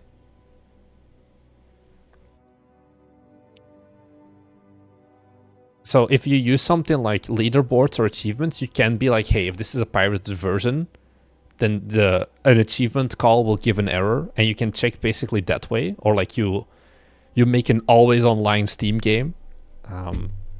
Like for example, Unicycle Pizza Time didn't get pirated. Because if you pirate Unicycle Pizza Time, the game is 100% reliant on Steam networking in that case. But otherwise, it's not really anti-piracy. You can't copy-paste the files, but it's not like that much else, basically.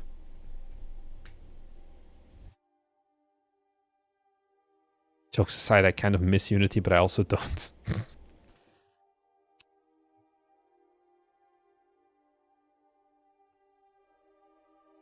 So, your game will probably get pirated still.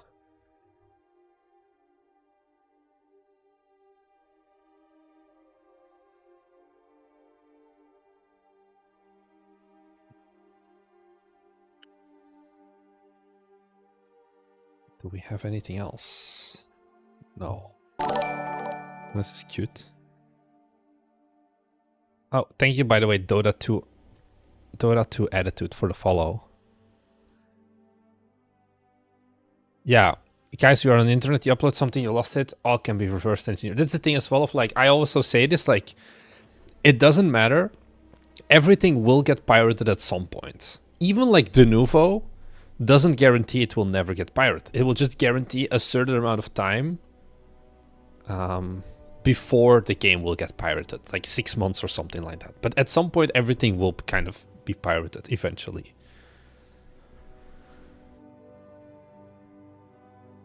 Because I think also like Kyoto. Anomaly, torrent. Probably will find it. Yeah, like you can find everything. It's like a torrent. And it's like, yeah. What can you do? What can you do? 3.6 gigs, so yeah. Might be out of the loop. Did Unity make a brain dead decision again? Not at all. It's just that my PC kind of has memory issues as well. Just to open source. The problem with open source is you can't use assets then. Because almost no assets are like, have a license that you can re-upload them as well. We get this often of like, once we cancel like a game like Magical Girl Guardians or Songs of Everjade, people are like, oh, why don't you like share the project so we can learn something from it? And it's like, because there's so much like third-party assets that we rely on for like game feel, for our models and all of that, and you can't just upload them to the internet because then we would be in conflict of like the license basically. Like CodeMonkey also participated in like the Unity game jam, and then he also was like, can I find it? Yeah, like here. And people also asked him of like, hey, can you share this? And he's also like, yeah, no, because I use a shit ton of assets to make development faster. In my life, say when I think about doing this. Because it did look like pretty interesting. Like he made like a 3D incremental game, like automation incremental game. But all of these are like assets. So he can't just like share this. To make like one other thing, of course, and then it is like easier to get pirated. Like you can technically pirate very easily Kyoto Anomaly without doing the Steam DRM. I'm just telling you this now. This is a DRM free build. If you buy Kyoto Anomaly on itch.io, you get a DRM free build. We just have like a simple toggle for that now in our games. And you also get a Steam key. And this one you can literally just put and upload on the internet. Yeah, buying the game gives you a DRM free build. It says it here. But it's like, it really is like, if we're worried too much about that, it doesn't really matter that much.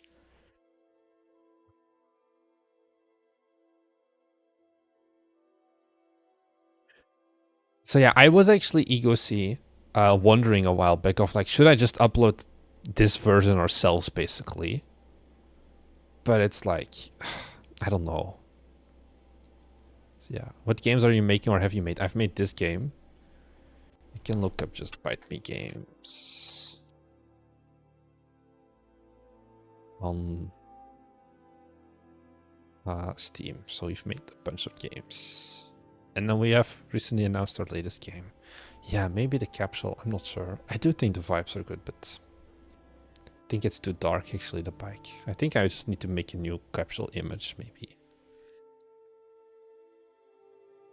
Good evening. Joined the stream late. Anything interesting, Mike 10? I think we're just chilling this stream.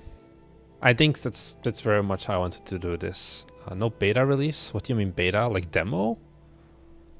Beta is not really a term that I think still makes sense.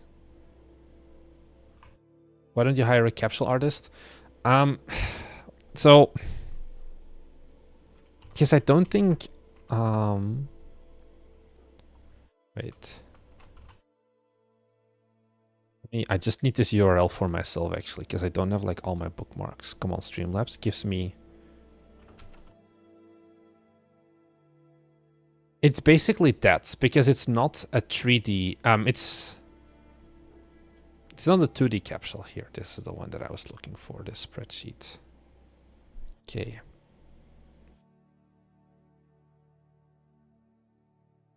Like all of these capsules have like, okay, except this one, which is for an adult game. It's like they're all 2D drawn. And this doesn't make sense if you're making a horror game. And we ran into this problem with another like horror game that we were making at some point, and I wanted to get like a capsule commissioned for it. I have a document for it. Maybe I even have the document still. Why is my file explorer this big? So why is my PC hanging again?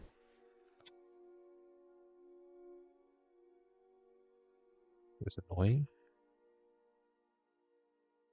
Give me a second.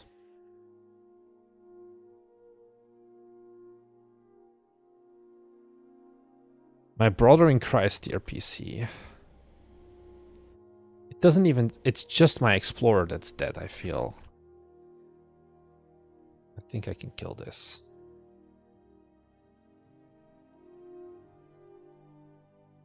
Why didn't Pripyat Zero go through a normal marketing loop? Because it's a harder genre to do it and we need money sooner. I thought you were in the Patreon, Mike. We talk about it.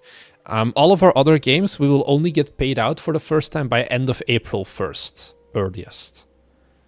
No, like by end of April 31st would be like the first time we get our paycheck, basically. If we do the loop of like demo, next fest, release in March. And at the current point of where we're at with the company, I'm not sure if that's doable. So the idea is to kind of be like, okay, look, this is a genre that we think we can kind of like do like more snappy and get working there. My file explorer doesn't want to work anymore. What is going on, Windows? It just... it's just fucked. Why?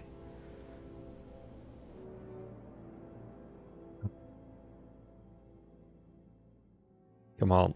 Like, it's just... It doesn't take any inputs. Do you have any wish lists? No, that's the problem right now. I'm just gonna... I don't know if you guys can see this, but for some reason... Okay, let's restart this. I'm gonna get there. It's Windows time. It's very Windows time. I am genuinely considering switching to Mac. I have a Mac Mini that we used to do for builds. And I'm like... I'm so sick of this shit. But it's like, I don't know.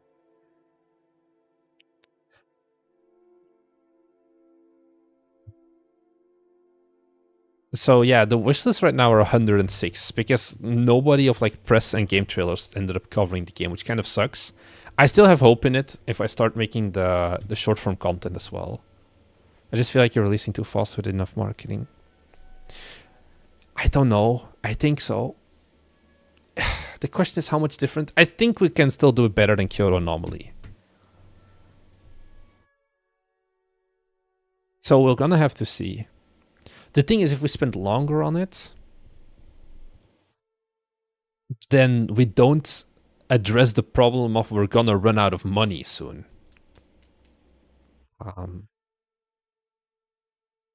So yeah. A lot of Gamedev tools are also Windows-based, yeah. So I'm not sure. I think we can break... I think I can make Pripyat Zero work. And if not, maybe it's an ego check.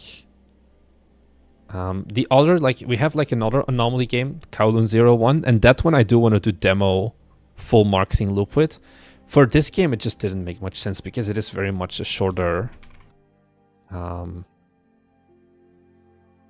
a shorter scoped in general.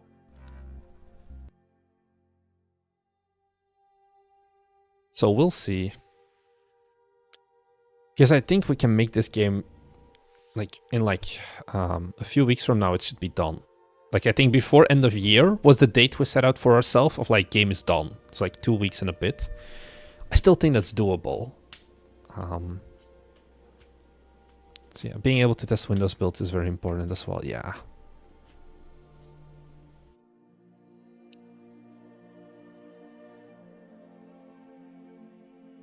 So right now, I'm not fully depressed about it yet. I think I can recover from Pripyat Zero. We got a lot of feedback as well that I think I do agree with as well. How much RAM do you have? 32 gigs, and I've run out before during development because Unity had a memory leak. And basically since then my PC has been dying. The problem is I have a laptop and I cannot like upgrade my RAM even if I wanted to. I think so. I'm very confident, actually. Or P16 RAM upgrade. I feel like it's... Do they have it? I'm pretty sure it's soldered. Yeah, memory is soldered.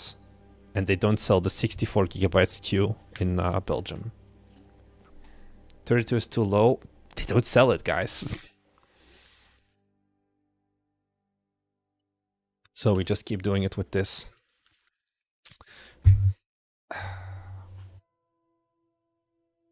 Like I have like started to switch to like a dream laptop. Not that I want to switch anytime soon. I feel like at this point would be a 14-inch MacBook Pro. Call me crazy. The problem is, Jesus Christ, these things are expensive. Can I like change this to euro? Like a different country? Belgium.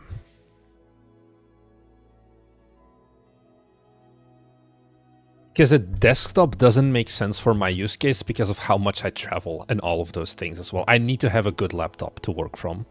And I think I've shown it before. I basically use my laptop as my desktop as well. MacBook Pro. I want the 14-inch because I want small, and then it's like immediately like doomed. If you want a 1 terabyte high RAM. So I guess, wait, or you want the M4 Pro? Like, yeah, I don't think it goes over 24 gigs right now, right? Yeah, so it's like 2,500 euros basically for a laptop. And it's like, what are we doing here? You traveled so much. Yeah, also like, not just like travel for like events, that's one thing, but then also I still go pretty often back and forth between Belgium and Japan still. Like I'm going back to Belgium for 3 weeks next week as well. And it's like, that's just too much pain. Because if you then forget to like git commit or something, and like all of my files are together. Is your travel done with the company budget? Yeah, for the first times now, we got a government grant earlier this year that we could use for travel, which was 9,000 euros. And then now I went to the Unity U Day and I paid that with the company money as well. Unity kind of shafted us, so I didn't get the content that I wanted out of it. I think we still kind of got a loss from it in terms of like pure financial gain, because we also didn't have a sponsor. Usually if we go to Gamescom or like another event, I get a sponsor. This event was too small to get a sponsor for, basically. I think if we go to playlist, we can see like Gamescom, DevCom. This was 2024 and then 2025. BitSummit I also funded myself, but BitSummit the company didn't pay for really, because it's like a, I don't know. I know the hotel. Yeah, the company pays for the hotel, but it's like 300 euros. Is this like Makuhari Mesa? Mesa. It's called some Miyako Mesa, this one. It's gonna be pretty, it's like, it's a 2-hour train ride. Like I can just drive there, and like the cost of this is 6 euros. Not even, like $6 to go to Kyoto from here, and then it's only the hotel. Like that one I don't need to look at a sponsor for, but like Gamescom, I think you can see it here. Yeah, it's like this one was sponsored by Exola. Yeah. And then we still make a profit on it. This was sponsored by Rive. That's kind of what it is.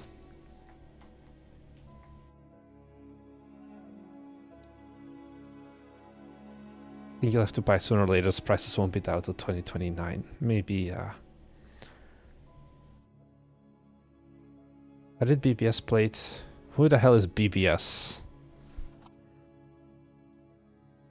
BBS. Oh, Beast Boy Shop. Yeah, this guy I emailed. I sent him an email with a key 2 weeks before. Have you considered a virtual desktop? I don't think so. Also because of the amount of file transfers I do. You have to keep in mind, I edit videos as well. Oh, fuck, my Explorer doesn't work. It's so annoying.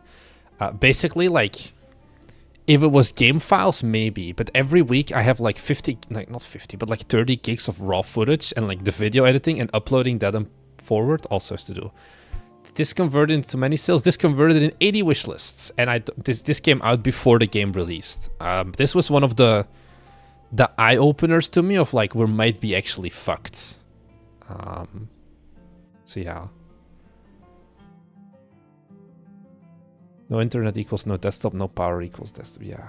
Yeah, it was a very bad day basically, because this was like the only day also that like a content creator, because this was before release, covered the game, so we could very clearly see the impact on the sales graph, and it just wasn't there.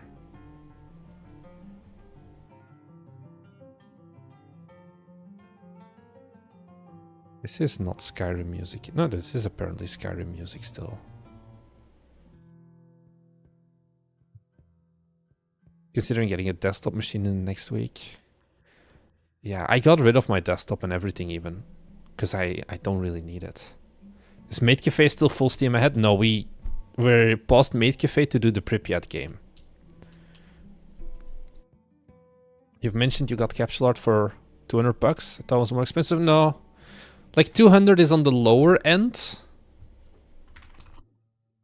Wait, let me pull it up. Like 200 is lowest, I would say. Like $200 to $400. It's like common ones. We have this list. If you go to this URL, like 200, $300 for certain. Like the Megabonk capsule was 500 euros to give you an idea. And like Blood Thief. So you kind of just need to find them. But if you don't go for like the guys that do like AAA, yeah, I got my capsule for $50, stuff like that. I'm surprised that you didn't do the Hamburger one. No, not okay, yeah. Oh, like this piece of art, I guess, and then the logo and things like that.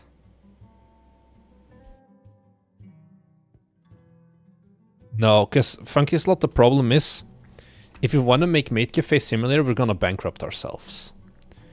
Because we need to commission food, and the food is like $40 per piece. Was like the cheapest rate we could find. And then we're looking at like $1,000 in just food assets. It's so stupid. Can you find a publisher for it? No way. I don't think so.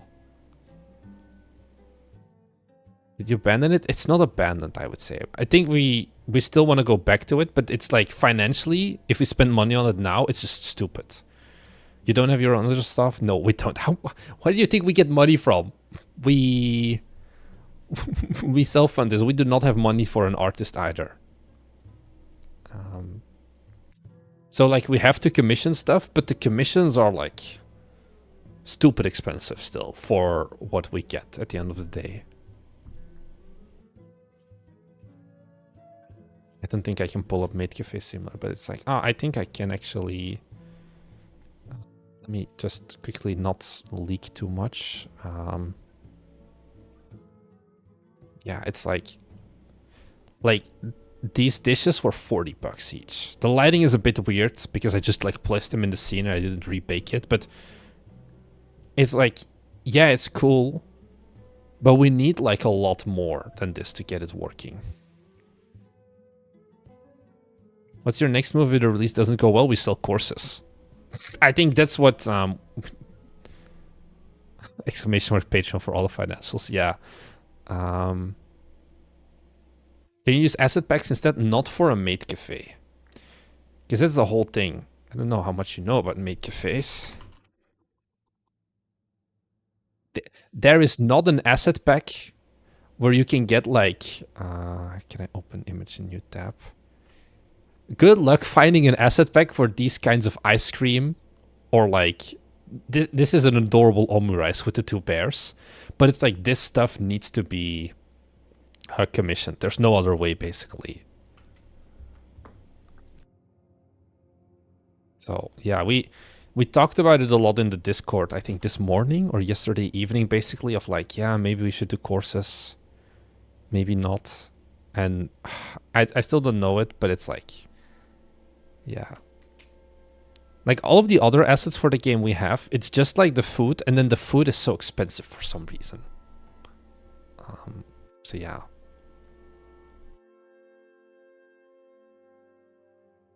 Do I have any? Yeah, so...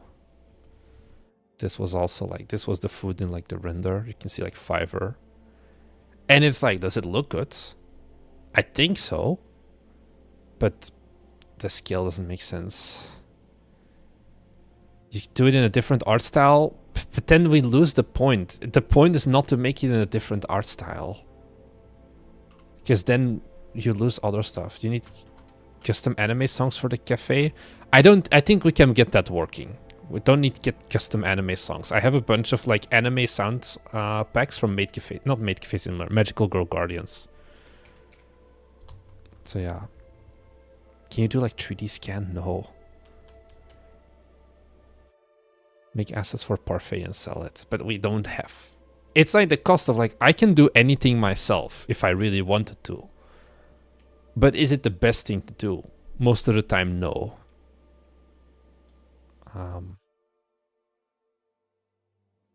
Because it's like, if we want to learn 3D modeling doing itself, yeah, we can do it, but it's going to take 4 months. Could you resell the assets as smaller packs? But like taking the food assets and then reselling, it's like, yeah, we could do that, but how many people would buy that as well? And then 3D scan.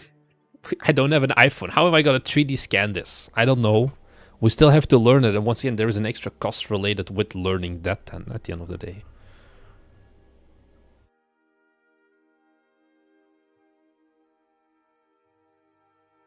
Marnik sounds like CEO. I'm not the CEO. Except our CEO doesn't care about where we get our money from, so I'm kind of the CEO. It's just that I'm the guy who make... God damn it, guys. What did we say at the start of this stream of like, we're not gonna make this as depressing as the bet stream, and here I am. Once again, where we go into the depressive topics of life is expensive.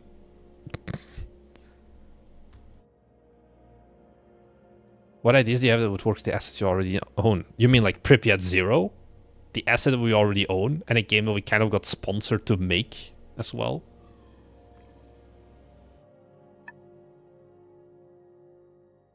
We got paid at the end of the day for that video, for that prototype. How much is tax in your country? Right now, nothing, because we're not making profit yet. Our accountant sent us like a year summary recently. It's like, good job, you tripled your revenue. You're still $20,000 negative. Console porting UPT was never the plan, because console porting UPT was a stupid task. Because UPT is 100% written based on Steam networking. And to take out Steam networking would mean rewriting the entire game for each platform, and it just doesn't make sense once again. We're not gonna do courses only, don't worry, Honaleri.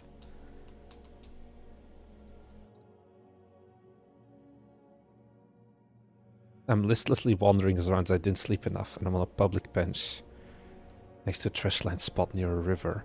Isn't it like cold as balls in China as well? I was like, I'm stuck next week. If you're a Chinese bro, I have an 8-hour layover in Beijing next week Friday. And I was like, maybe I'll go out. And then I look at this and I was like, maybe I'm gonna stay in the airport. But it's like 8 hours in the airport is also miserable. Yeah. And then also it's like, I land at 6 p.m. and I have to be there until 2 in the morning. So it's like, I feel like I'm doomed. I'm just gonna like work probably from somewhere in the airport.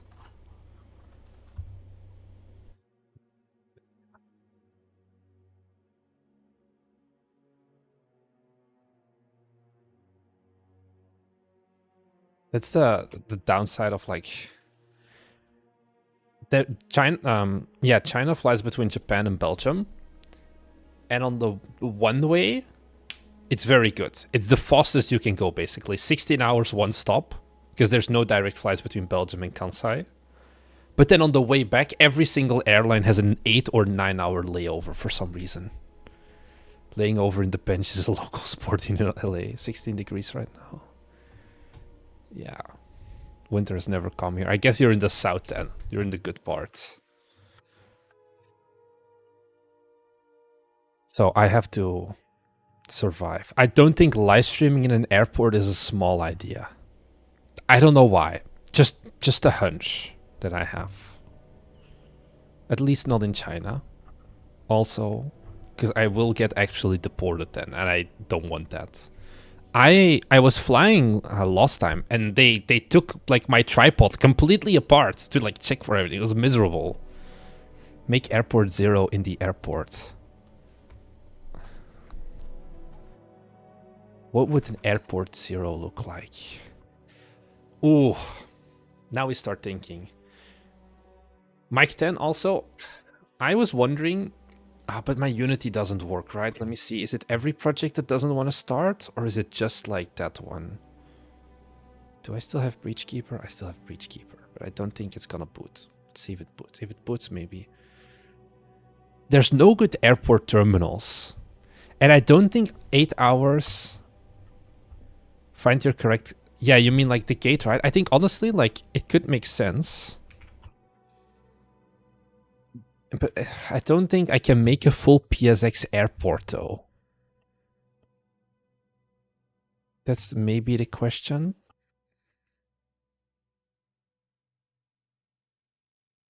Airport terminal. But now I wanna think about it. How would I make this game? Airport terminal inside. I have an idea for how it would work. I just want a good picture. So like you have airport terminal gate. Because this is like the most perfect depressing space, and you have an instant like number thing as well. It's like you have to go to gate number 8 and you start at gate 1 or something. And this is like, I think this is Denmark. Actually, I feel like I think I've walked on these escalators. I'm not sure. And this is an instant one of, you have the force thing. What's the choice? No, what's the choice gonna be? Walking forward and backwards doesn't make as much sense.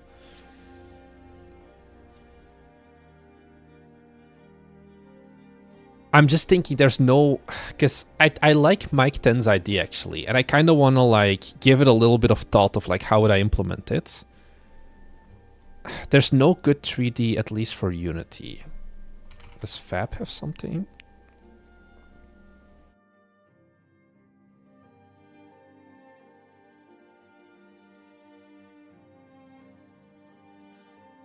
Because I want, like, the actual gate. Gate. 3D. Who writes it like this? Do they have an interior? That's another problem. A lot of these things are exterior only.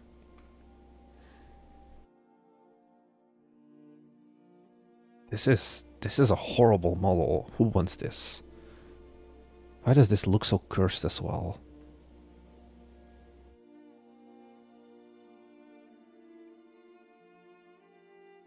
I would not do PSX style. Gamedev HQ. I've never heard of Gamedev HQ.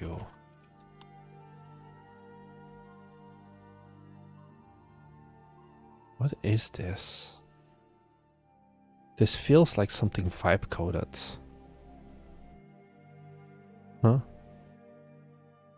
Featured this week. This is so vibe coded. Did you make this or something?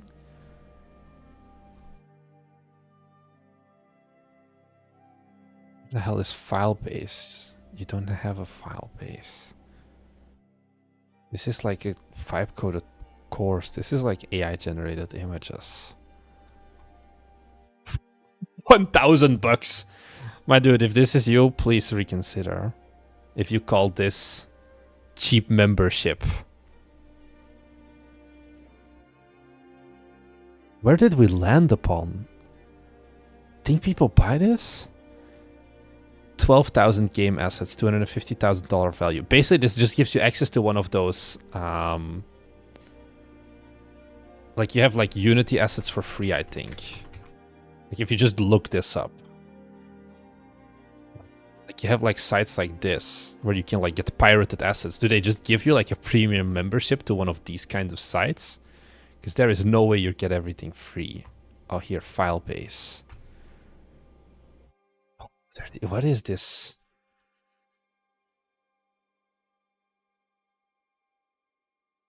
Oh, is this what you get the access to, maybe?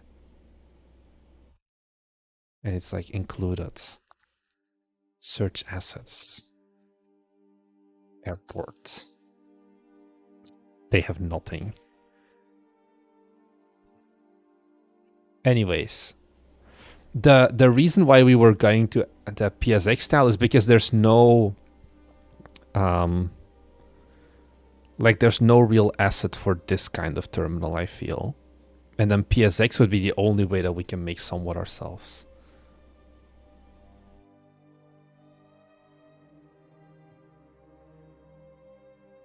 Maybe instead of walking forward or backwards, let the player find the gate that has no anomaly, then take the escalator to another floor to find the correct game.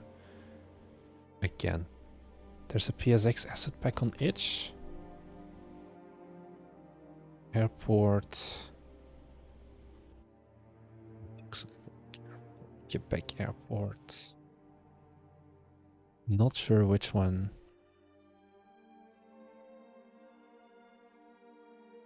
You have as PSX. Oh, here, PSX Airport Environment Asset. Ooh.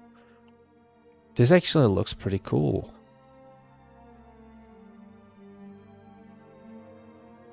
I don't think it's big enough, though. Standby Flight Simulator. You guys back to anomaly games? This is just all because of Mike 10, okay? It's because I said I was stuck on an 8-hour layover later this week, and he's like, you should make an anomaly game while you're there. The best type of streamer horror is the one that makes... I just don't think anomaly games do that. I kind of disagree. Because anomaly games, the one thing that you do have is that every experience is kind of random. That's the thing of like, as the game designer, your task is to have like a big compendium. You need to have a lot of anomalies. And if that's the case, also what we do is we make like multiple endings to kind of force replayability. Not force replayability, but like incentivize replayability as well. Basically. And I think those two things actually give more of a reason for people to want to play the game themselves than if you're just making a linear horror game, basically. So I think anomaly games can still be like a little bit better than regular horror in terms of I want to play this, but it's still not like ideal. But now I'm thinking, how would the mechanics work for a turn? Why is this GIF also so incredibly tiny?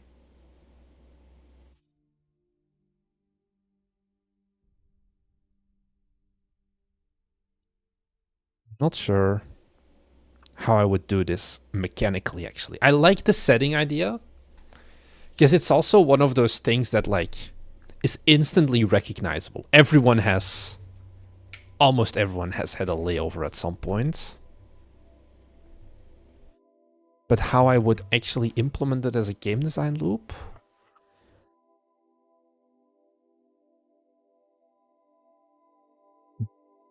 Like you could go up and down as well with these escalators.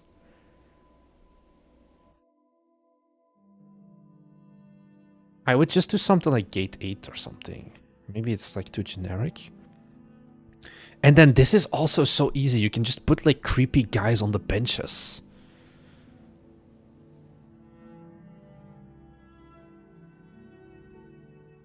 Airport game jam. Let's go. How about a Groundhog Day?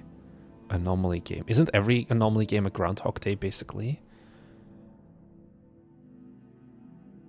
Too bad this is so small. We cook up a prototype here on stream. Too bad my Unity is once again fucked. I need to actually restart my PC, I feel, if I wanna... You could have them get on the plane and end up back at the same airport.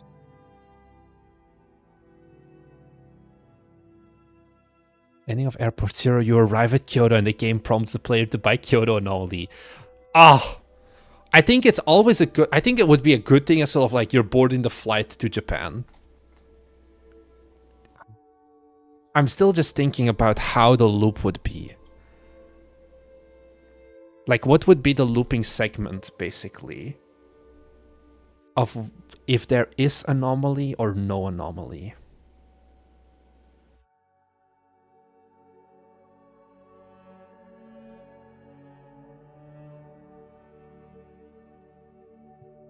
I'm not sure.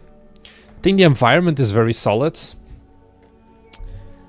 It's very linear.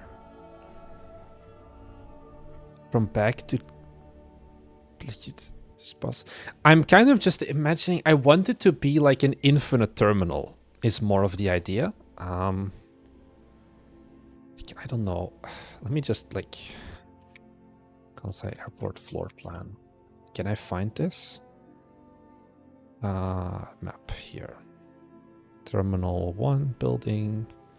Like, you know, you have like here all of these gates. And there's just this very long alleyway. You walk basically.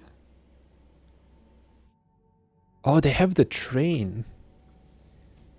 And I basically just want you to like, you have limited vision. You can't see very far. And if you like get it wrong, you go back to like, you start at like gate 10 and you have to go to like gate 25 or something. And you just keep walking forward. And then if you get something wrong, you have to go back. I'm not sure. Yeah, you walk until you find the ones without anomaly, put fog in front and generate another gate unlimitedly. Yeah. Go down an escalator when you're going through. The escalators are less of a... You have like the travelators. I think you need to have the travelators. I think that's what they're called, right? Travelator? Yeah. Because I think this is like 100% something you need. With all the money from your pizza delivery side hustle, you finally quit your horrible office job and take a holiday to Japan. It all goes full circle. I think this would be a very good demarcation point. To like signify the loop. I'm not sure. It's a good idea, Mike. Maybe I'll think about it if I'm really bored in Beijing and I'm just walking around. But no promises. You can sell it as a nice Steam bundle. Yeah, it's the tourism anomaly. Moonwalking on these would be cool. Maybe a health screening when you go left or right.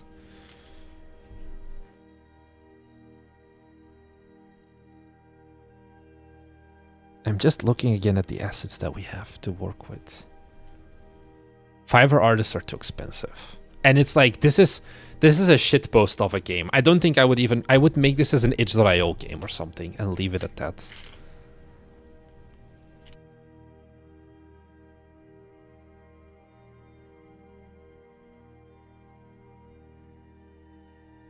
Yeah, I think the travelator is the lock-in or not. But it's like, which travelator do you take? You could do something if there's an escalator going up, but that doesn't make a lot of sense. Or you take the travelator straight. I think the travelator would be the clear demarcation point. I'm gonna do this in Photoshop. Yeah, you have left or right. But I think we need to have a point where you can't see like forward and back anymore. Go as a real team. Flight delayed anomaly game. Pretty funny. Yeah, I'm committed to this bit now. Let's just make it, sure, 1440p.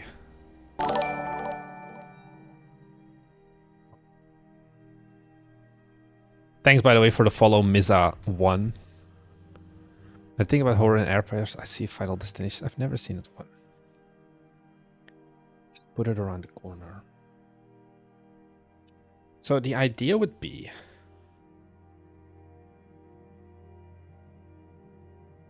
This is like our play area.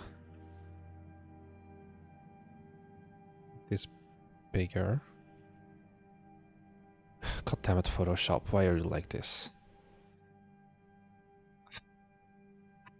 Why you do this to me? Oh no, I need the layers, that's why. Okay. So I'm gonna fill this in as like light gray. Don't want to quit. Why did I quit? Fuck. Okay, let's do this again. Game idea design stream. We're gonna build this out like pretty best. Come on, Photoshop. Did I do like some shortcut to quit? I'm so confused why it was just like, okay, do you want to save or not? I'm just gonna kill it. Let's give this another go. I think this is like also a very good plane to just look at. And I think you could do some fun stuff with the plane as well. One of my favorite horror books is the Stephen King one. I forgot the... Stephen King, Seven Eves?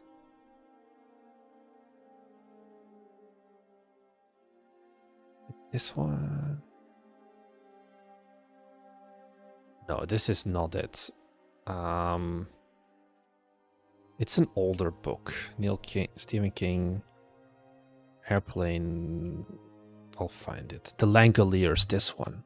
Like, I think it could be an interest. I like just airplane horror, I guess, which is a very specific niche. So let's try again. This is going to be our level. Let's fill it with like some gray. No stroke. Okay, and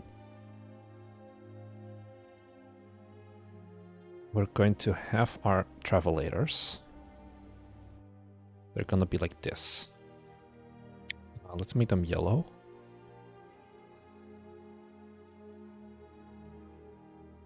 Give them a pretty big black stroke. Why is it quitting again? Save. Am I just gonna switch to paint.net? Maybe. Because I don't want to quit. It just quits. Oh yeah, my Explorer is fucked.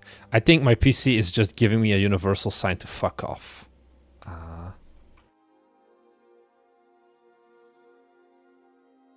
Let's do this like real men do.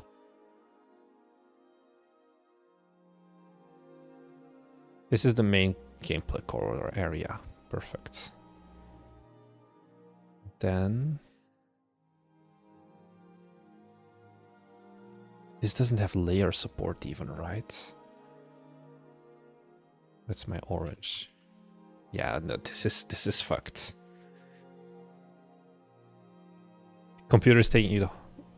Snakes on a play game where you have to find them and put your hand up their ass and wear them as sleeves.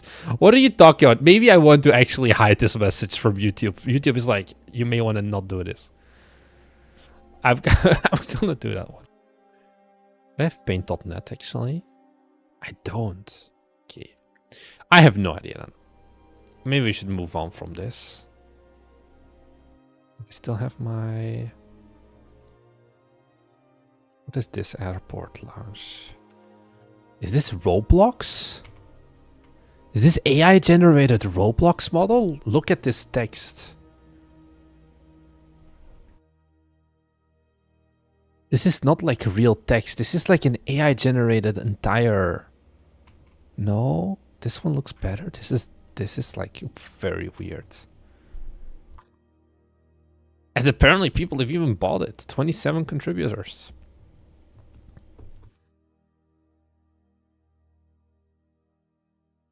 Oh, it had a layers button? I don't know. Announcement in a month saying we're actually making an app. No, I would just do it as like, I'm going to spend 8 hours on it and then I'm going to throw it on itch.io. I think that could be an interesting video. I'm stuck on a layover. The problem is it's going to be until 2 in the morning. So I'm going to be so fucked if I actually record that.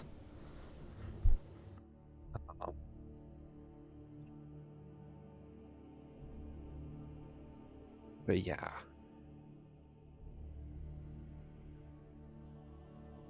Blank shop signs, add any store name, walls. I think you could have an interesting level. Sounds like something would be interesting in seeing. Like, I think in general, I think a PSX anomaly game would not perform well. Is my feeling anyway. Video idea, making a game in 48 hours. Evelyn, are you shitting me right now? I made a terrifying horror game in 48 hours, uploaded 7 days ago.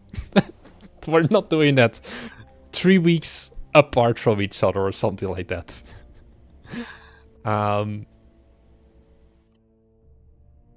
Fuck you, Mike. I'm gonna keep thinking about this probably the entire night. I should be nice to you, I'm sorry.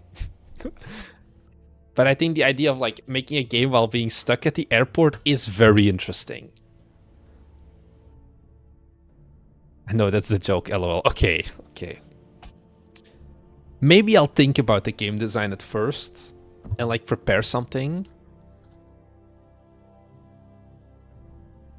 You're too bad, Mike. You're too bad.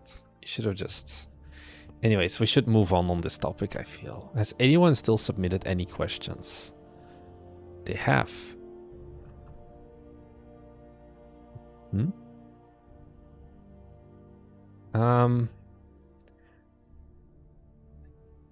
Mike, you broke Marnix. Okay, so fear 100% discount. Hi, I'm working on free game. When you look on Steam, you can see constant stream of free games rather than trying to compete with free games. Pricing in a tiny amount and then discounting by 100% or whenever possible. This is not possible. We were looking at this earlier on the stream. Not get to work. Like if you look here, right now there is one game 100% on discount. This is not something you can do. Steam discounting. Steamworks documentation. I think if I just look 0. Well, can I look up Fortnite? Come on, there should be something about like minimum price. No, you cannot discount by default for if your game is less than 50 cents. I think is the number. I can't see it exactly. You can do it on itch.io. Yeah, here someone already responded as well. Sometimes you can go deeper, but you always have to go. It's on Steam. Discount without going through. $0.49.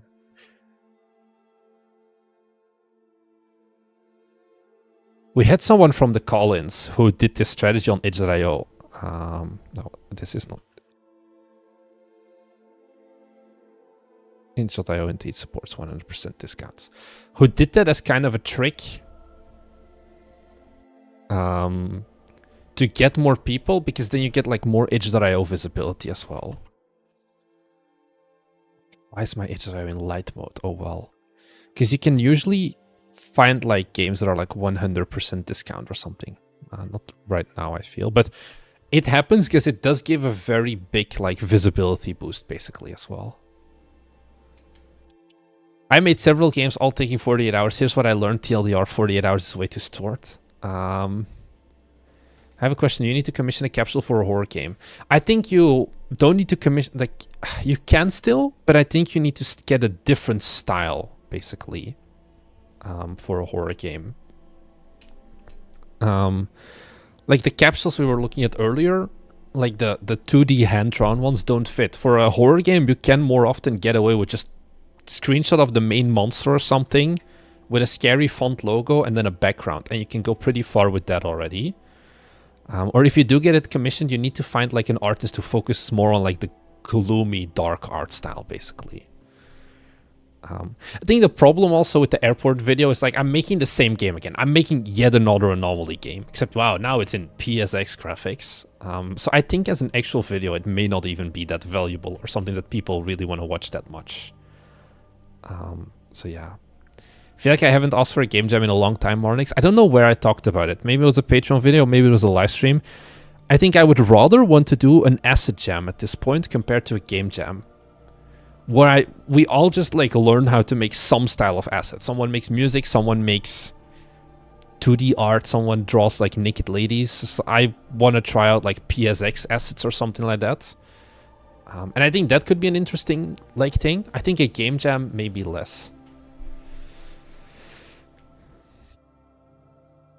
I feel like you can only get away with so many anomaly games. Yeah. I think you're right on the look on the airport anomaly game. You're 100% going to build now. I don't think so. I think this one I can very easily say I'm not going to do it. Because I know at this point, I always think like, oh, I have 8 hours of just layover. I'm just going to find a place to sit and then work. And your brain is just so fucked, man, because you need to think. I've already been traveling for 7 hours or something before I get there, because I need to go from where I live to the airport is 1.5 hours. I need to be there like 2 hours in advance, and then I have a 3-hour flight to China as well. So I've realized at this point of like, it's going to be kind of fucked. Do an asset jam, make a video about the asset jam, make a video about creating a jam, creating a game with assets from the asset jam. Yeah. Going off that idea, what if you made a video about learning how to make those different types of assets? So something I was considering to do it, but I was like, once again, it's like, I don't need all of these distractions. But it was like, should I do like, because when it was Black Friday, I just kept looking at drawing tablets. Because I used to have one, I don't remember, I used to have it in like the very old, here basically. I kept looking at shit like this. Like this is a 13-inch Yuan tablet, and it's like 24,000 yen. Which is like, this is stupid cheap at the end of the day for a drawing tablet, especially with like the conversion rate right now. And it's like, should I get it and then try to learn how to draw a bit? Because I was like very much looking at like the style of like thank you very much, CDogVA. Like Kabuto Park or things like that. Let me autoplay videos off. Where I was like, is this really that hard of an art style to learn how to do it? iPods are very good at drawing. Guys, I wanted it to be low cost. I do not want an entire iPad. And that's kind of the thing. You can learn art with a pen and paper. Yeah, but learning art doesn't mean that, like, pen and paper, I cannot make good game art. I'm not gonna make a Slade's princess. We're not doing that either.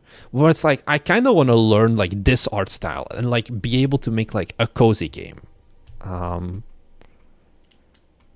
I had like a cozy game idea where you manage like a matcha shop. But it's like, I would need to go for like the Kabuto Park art style. And it's like, to me, this looks like an art style that I could actually do. Did you watch the video that CDogPA played UPT? Yeah, he broke my heart. So yeah. It's a worthwhile investment. It's like, I'm like, do I actually need it? And the answer to that is like, kind of like, no. You need a trackball for this art style? I'd even break into other audiences. It's fun to watch people try other disciplines. Yeah. So I was like considering like, should I make like a dono goal to like get like this? But then I just kept thinking, I'm like, it's like realistically, like how much time do I actually have to put into it? Like maybe I could pull out like a stream of like me doing like a follow along art thing, because I did it like a while before. Like, you know, you start with like drawing like straight lines and like basic shapes. You don't go straight into, okay, I'm gonna draw boots now. But it's like you start with the principles, but I'm like, I don't know if this is interesting content. And I ended up being like, you know, the best deal on Black Friday is just not buying anything. And that was kind of the mindset I had. This time is more about colors and not drawing. Yeah. It's like also like Froggy's Battle, I think he did himself as well. And it's like, it's cute. Could I make this? I don't know. I mean, this is not even that much hand-drawn art, I guess. But yeah, that's kind of what I was thinking about. Like the I followed X tutorial type videos. Yeah, like as a live stream, just watch along with the tutorial and then like you can see me like hopefully improve it. Art. The problem is also like art takes so long. It's not like by the start of the stream, I can barely draw a straight line. And by the end of the stream, it's like, here is my Mona Lisa masterpiece, which is also not really interesting. Have you considered roguelike deck builder? I will shut down Bite Me games before I work on a roguelike deck builder. So yeah. Just buy a cheap iPad. Guys, a cheap iPad. It's like still 4 times the price, I feel. 3 times the price for the cheapest. Oh, because you also need the pen. What's the pen? It's basically also expensive, no? The Apple Pencil. It's at that point, yeah, you're looking at 4 times the price. Marnix, let me teach you how to draw. No. It's just you don't like the genre? I just don't like the genre. I hate the genre with a passion, the roguelike tech builder. Making a video series like PewDiePie. Yeah, I really like the PewDiePie, like, learning to draw content. Although, like, his is, like, real. But it is, like, very interesting to see.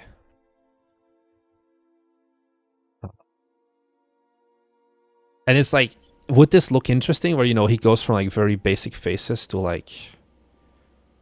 he learned digital at the end. But, like, you can see, like, the progression for, like, a lot of this stuff. And it's, like, very interesting to see. But it's like, I also have so much other stuff as well. What about an anomaly roguelike? I don't think so. Learning 3D over learning 2D? What do you mean his is real?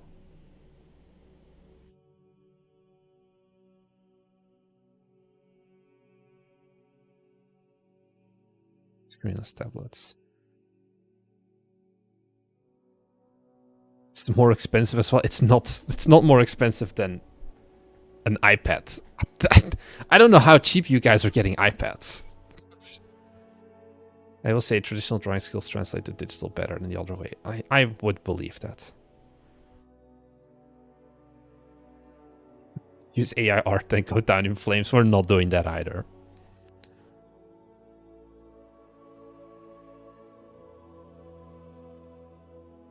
What do you mean? Why not get a Wacom instead of an iPad? Ostepop, I feel like you have never seen a Wacom in your entire life. The whole thing about Wacom... New 180 donation from Igusi. Merry Xmas Marnix, get yourself a cheap tablet. Igusi, are you serious? Are you serious? That's too much, Jesus Christ. Okay. Yeah. I guess we're doing a drawing stream at some point. W's in chat. Yeah.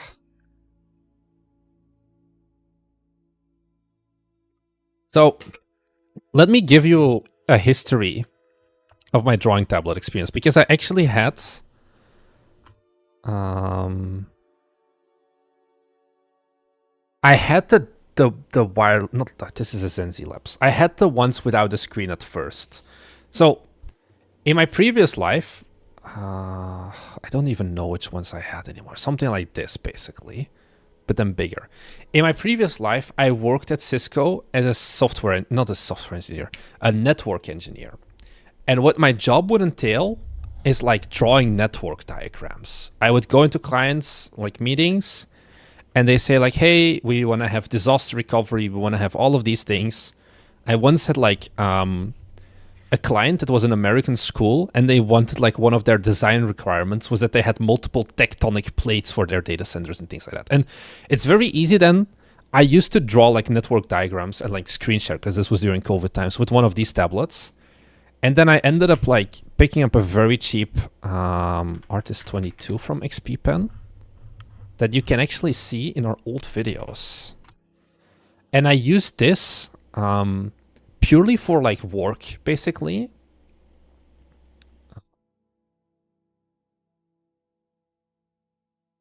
To just draw. And then it kind of just became a prop, because where am I gonna find this?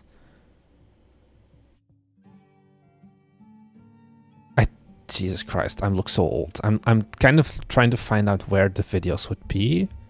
It was like a certain time period where I recorded videos at my home. I think this one. No. It's this one. It's this one is gonna have it, I think. Yeah, wow. This was such a pretentious setup. Evelyn, let me show you something.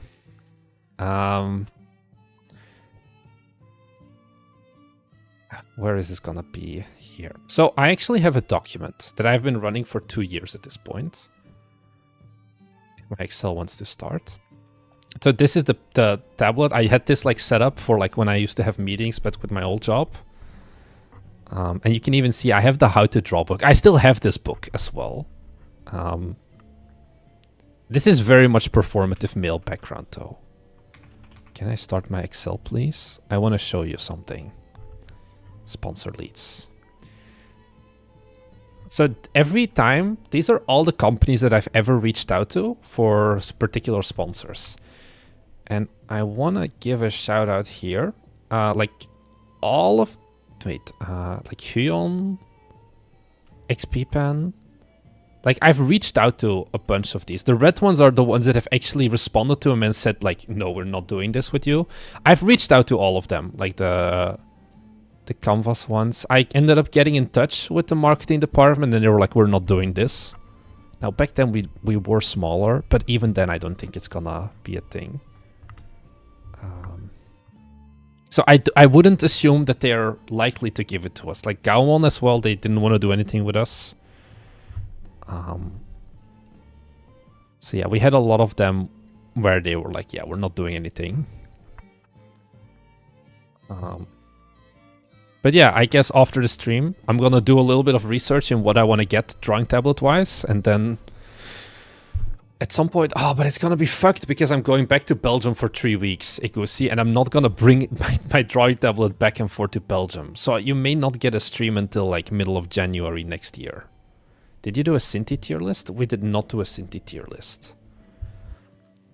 The thing is, Cinti would only want to give us an affiliate link, and it's like, I don't think that makes a lot of sense, because it's a very sellout video, and it's like, I don't think we would earn enough from the sellout video, basically, to kind of justify selling out. 180, is that the biggest dono ever? I think it's the biggest dono in one shot, at least. Yeah.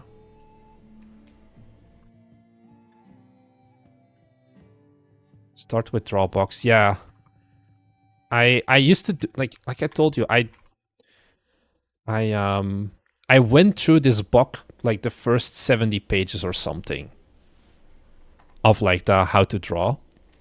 And it was very much like, god damn it, this one. Because I wanted to like do like concept art or something like that. And it was just like learning how to draw lines and circles and perspective and all of those things. So this is maybe still a bit different. I think I need to set like an actual goal of like, I want to make cozy art or whatever that is as well to a certain degree. You will hate drawing and never do it again. So yeah. 8-hour layover learning how to draw? I don't know. Yeah. I had to put away my drawing for a while after Drawbox. Is it that bad? Yeah, it's just like you make boxes and then like the perspectives. Yeah, the lines. Yeah, I hated this. I think I've done this before as well, and I was just like, nope.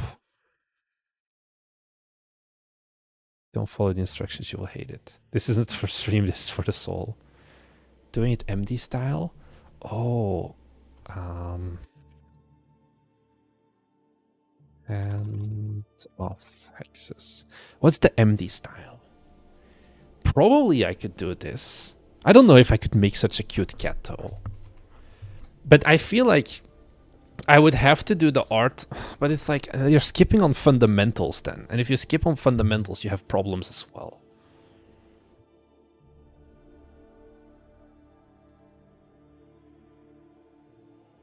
I think I would still rather want to go for the other art style, because I think this is such a hyper-specific art style. So yeah. Good to have knowledge how the process is so you can have greater understanding. Yeah. How did the standing desk video do in the end? Pretty games desk setup. Pretty bad, but like back then also we were very small. Can't even find it. I think it got like 1.2k views or something. But FlexiSpot still reaches out like every like 9 months or something if you want to do a sponsored stream. Not sponsored stream, sponsored video, but it's like I don't need that many desks basically. Oh, I have a search function. I think I can just look up desk. Oh, 3.7k views. This was the Plexi Spot one, right? Yes, Plexi Spot was here. Thomas still uses it as well. Yeah.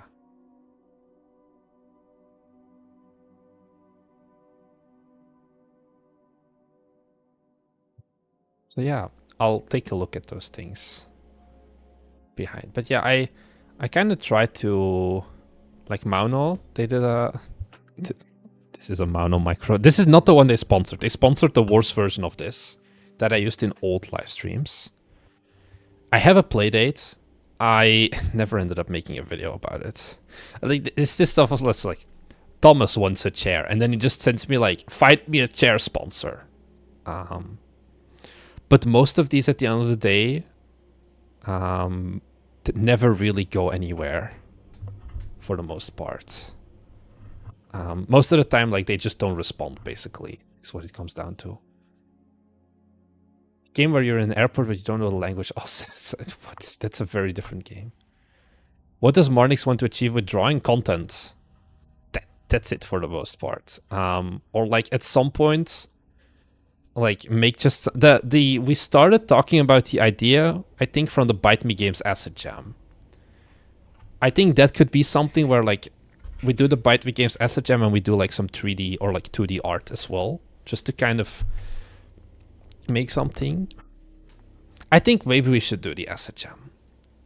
What does it take to organize a game jam?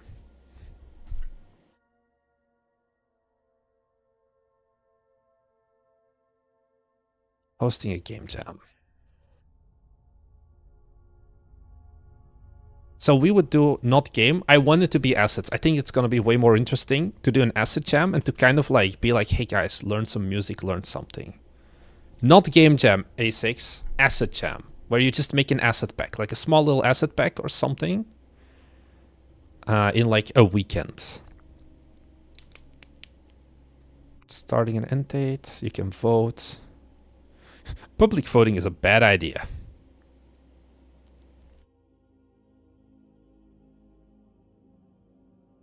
Like, what do I need to make a game jam? Is it something that I can be like, we can run this like tomorrow practically? I should market it, I guess, of course.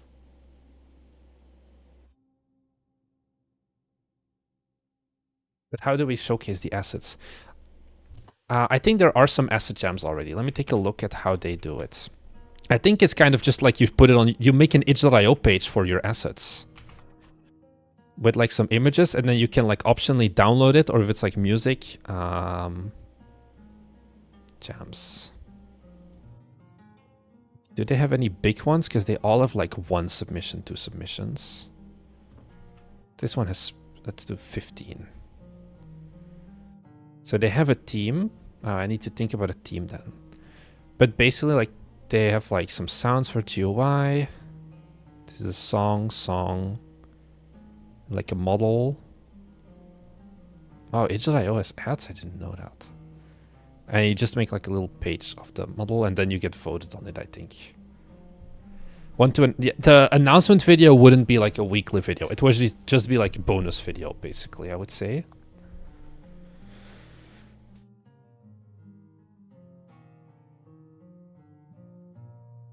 So you don't need like a simple scene, basically. You just need to have like a picture of it, and then like a way to download if you want.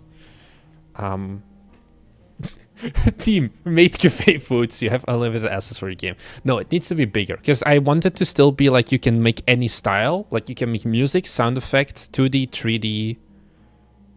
Is there anything else I'm missing? I don't think like you could make a shader, I guess, but that's kind of a weird one. What's like the categories Fab has? So like 3D. Oh yeah, materials, textures. I guess that's 2D, sprites and flipbooks.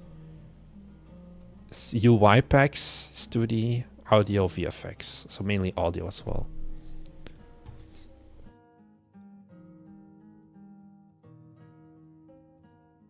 I think with the reach you can have a successful game dev, in which you can have notorious participants for each part of game dev. What does that mean? I'm not sure. Easiest pipeline, straightforward construction and structure. I feel like people are having separate conversations. I am very confused about what's all like going on at this point. Work with the winners of each category to make a 24-hour game. A6 Giddy, I've disabled YouTube memberships like a while ago because it just didn't make sense, and then YouTube takes so much money as well. I think we're making like €7 or something from it, and it's like it's not worth it.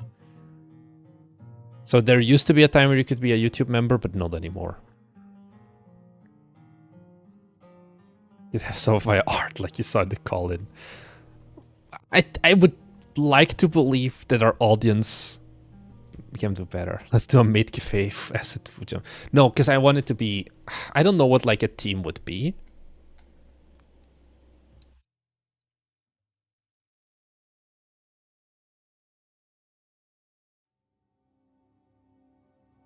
But I think, yeah, maybe we'll do... I think we'll do the Asset Jam, and then I'll join maybe with 2D, maybe with 3D. And then probably I would also like live stream the process. Because I think like the Game Jam thing that Indie Game Clinic did was also pretty interesting. I don't think I want to do an actual Game Jam. I think an Asset Jam is also like more interesting to make people learn something new-ish. So yeah. Lots of plans. We're gonna make an airplane anomaly game. That's gonna be the theme of the Game Jam. It's gonna be airports. And then I just get all of my things. Like Game Jam is an easier barrier and you can have people of all fields participating on it. I think with an Asset Jam you can also have any field participating on it. No? I think 2D is a bit easier in the sense that you don't have to do UV. Oh, like in general, I guess.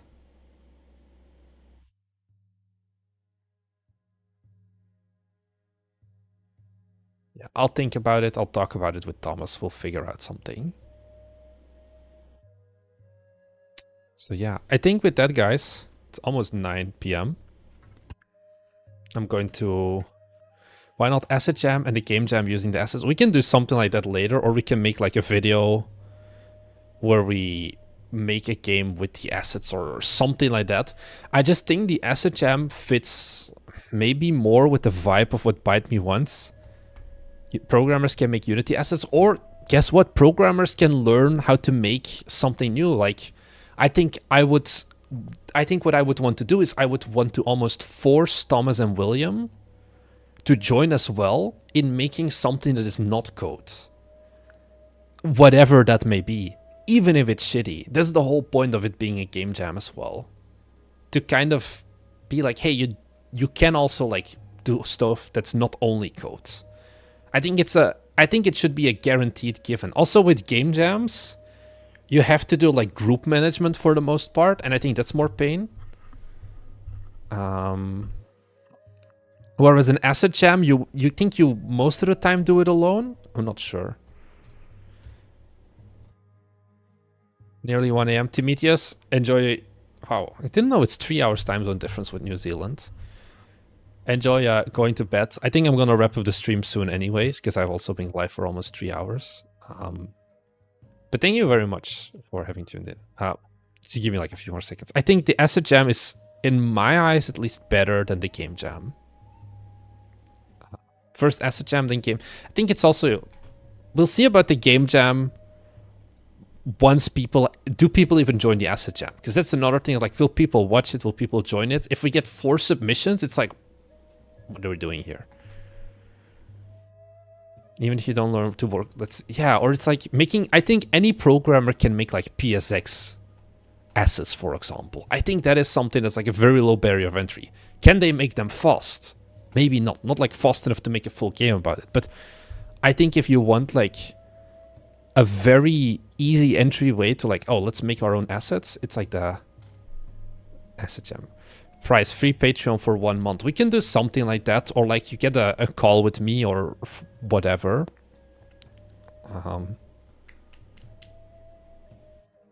So do you want at least 50 submissions or 100? Do you have a goal? Just more than 20, I think. Like, I want enough that it's not sad, if that makes sense. Can I get a call with the president for winning? No, you can't. If you did the game jam and spent January, I can sponsor some prize money. I don't think we need... I don't know where I read it, but like game jams with cash prizes generally also perform way less well, because then you have like people who compete without the fun, basically.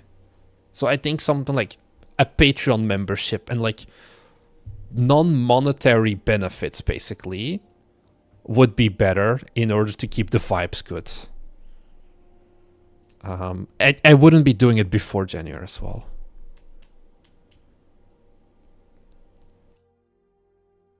You can easily get more than 20, so yeah. Marketing discussion. Yeah, something like that. It's like you still get something, but not like, oh, you're getting $50 cash or something, because then it's maybe weird. Maybe a Fab membership. I think Fab is running out of money for now.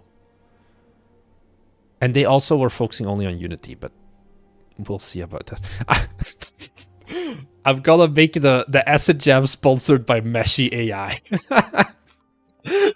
That's how Bite Me Games comes to an end. I'm gonna, because these guys are in my DMs every single week of like, do we wanna do a sponsor video? Like these guys or like Tripo AI? Those are like the two ones.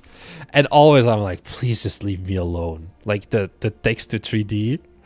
Oh, could you imagine the nuclear backlash you would get from doing an Acid Jam sponsored by an AI asset thing? I'm not planning on doing it, don't worry. I think it would just be like ultimate, are you guys actually fucking stupid moment if we were to do something like that. So yeah, holy slop indeed. Anyways, guys, if you have any last minute questions, now is the time. Otherwise, I'm gonna wrap up the stream probably in just a few minutes. All submissions agree that their assets can be used to train in AI. Yeah. Is hard carry cancelled? Check back earlier in the stream. It's... I still want to submit hard carry for Bit Summit. I don't want to give up on hard carry, but right now it's not a priority, is what it comes down to. I'm still going to submit it to Bit Summit. I still think it's a really good game, but we need to like go back to the drawing board or something for it. By the way, if you don't want to buy a graphics tablet, you don't have to buy it. I'm gonna get one. I'm gonna figure something out, I think, Igusi. So, we'll see. Hard carry, is that a rage game? It is. So yeah. We talked about it earlier in the stream as well. So yeah. Anyways, guys, thank you all very much for having joined the stream. I had a very good, fun time. So thank you very much for having joined in. If you do the Acid Jam, how long will it last? Probably just a weekend or something. Like start Friday evening, or like 48 or 72 hours. I think also like, you know, for assets, it's like you're taking one little slice of a game at the end of the day. You don't have to do end UI, end mechanic, end gameplay loop, end code, and all of those things. You just kind of think about what would be something interesting and how do I make something good with that, basically, I think. So yeah. Anyways, I'm gonna think a bit more about 1, airport anomaly, and 2, Acid Jam, and then 3, how I'm gonna learn art. So thank you very much for having tuned in. Once again, W Egusi in chat, boys and girls. And yeah, I'll see you guys in the next one. Oh fuck, I can't stop the stream, I just realized, because I'm not logged in on YouTube Studio. This is awkward. W Egusi indeed. I need to go back to my YouTube on Firefox because I'm logged in there. This is very awkward. I was like about to go in for the quit button, and then I realized I don't have it. Dinner stream I ate earlier. So yeah, I found the button, guys. Thank you very much for watching. I'll see you guys in the next one. Bye.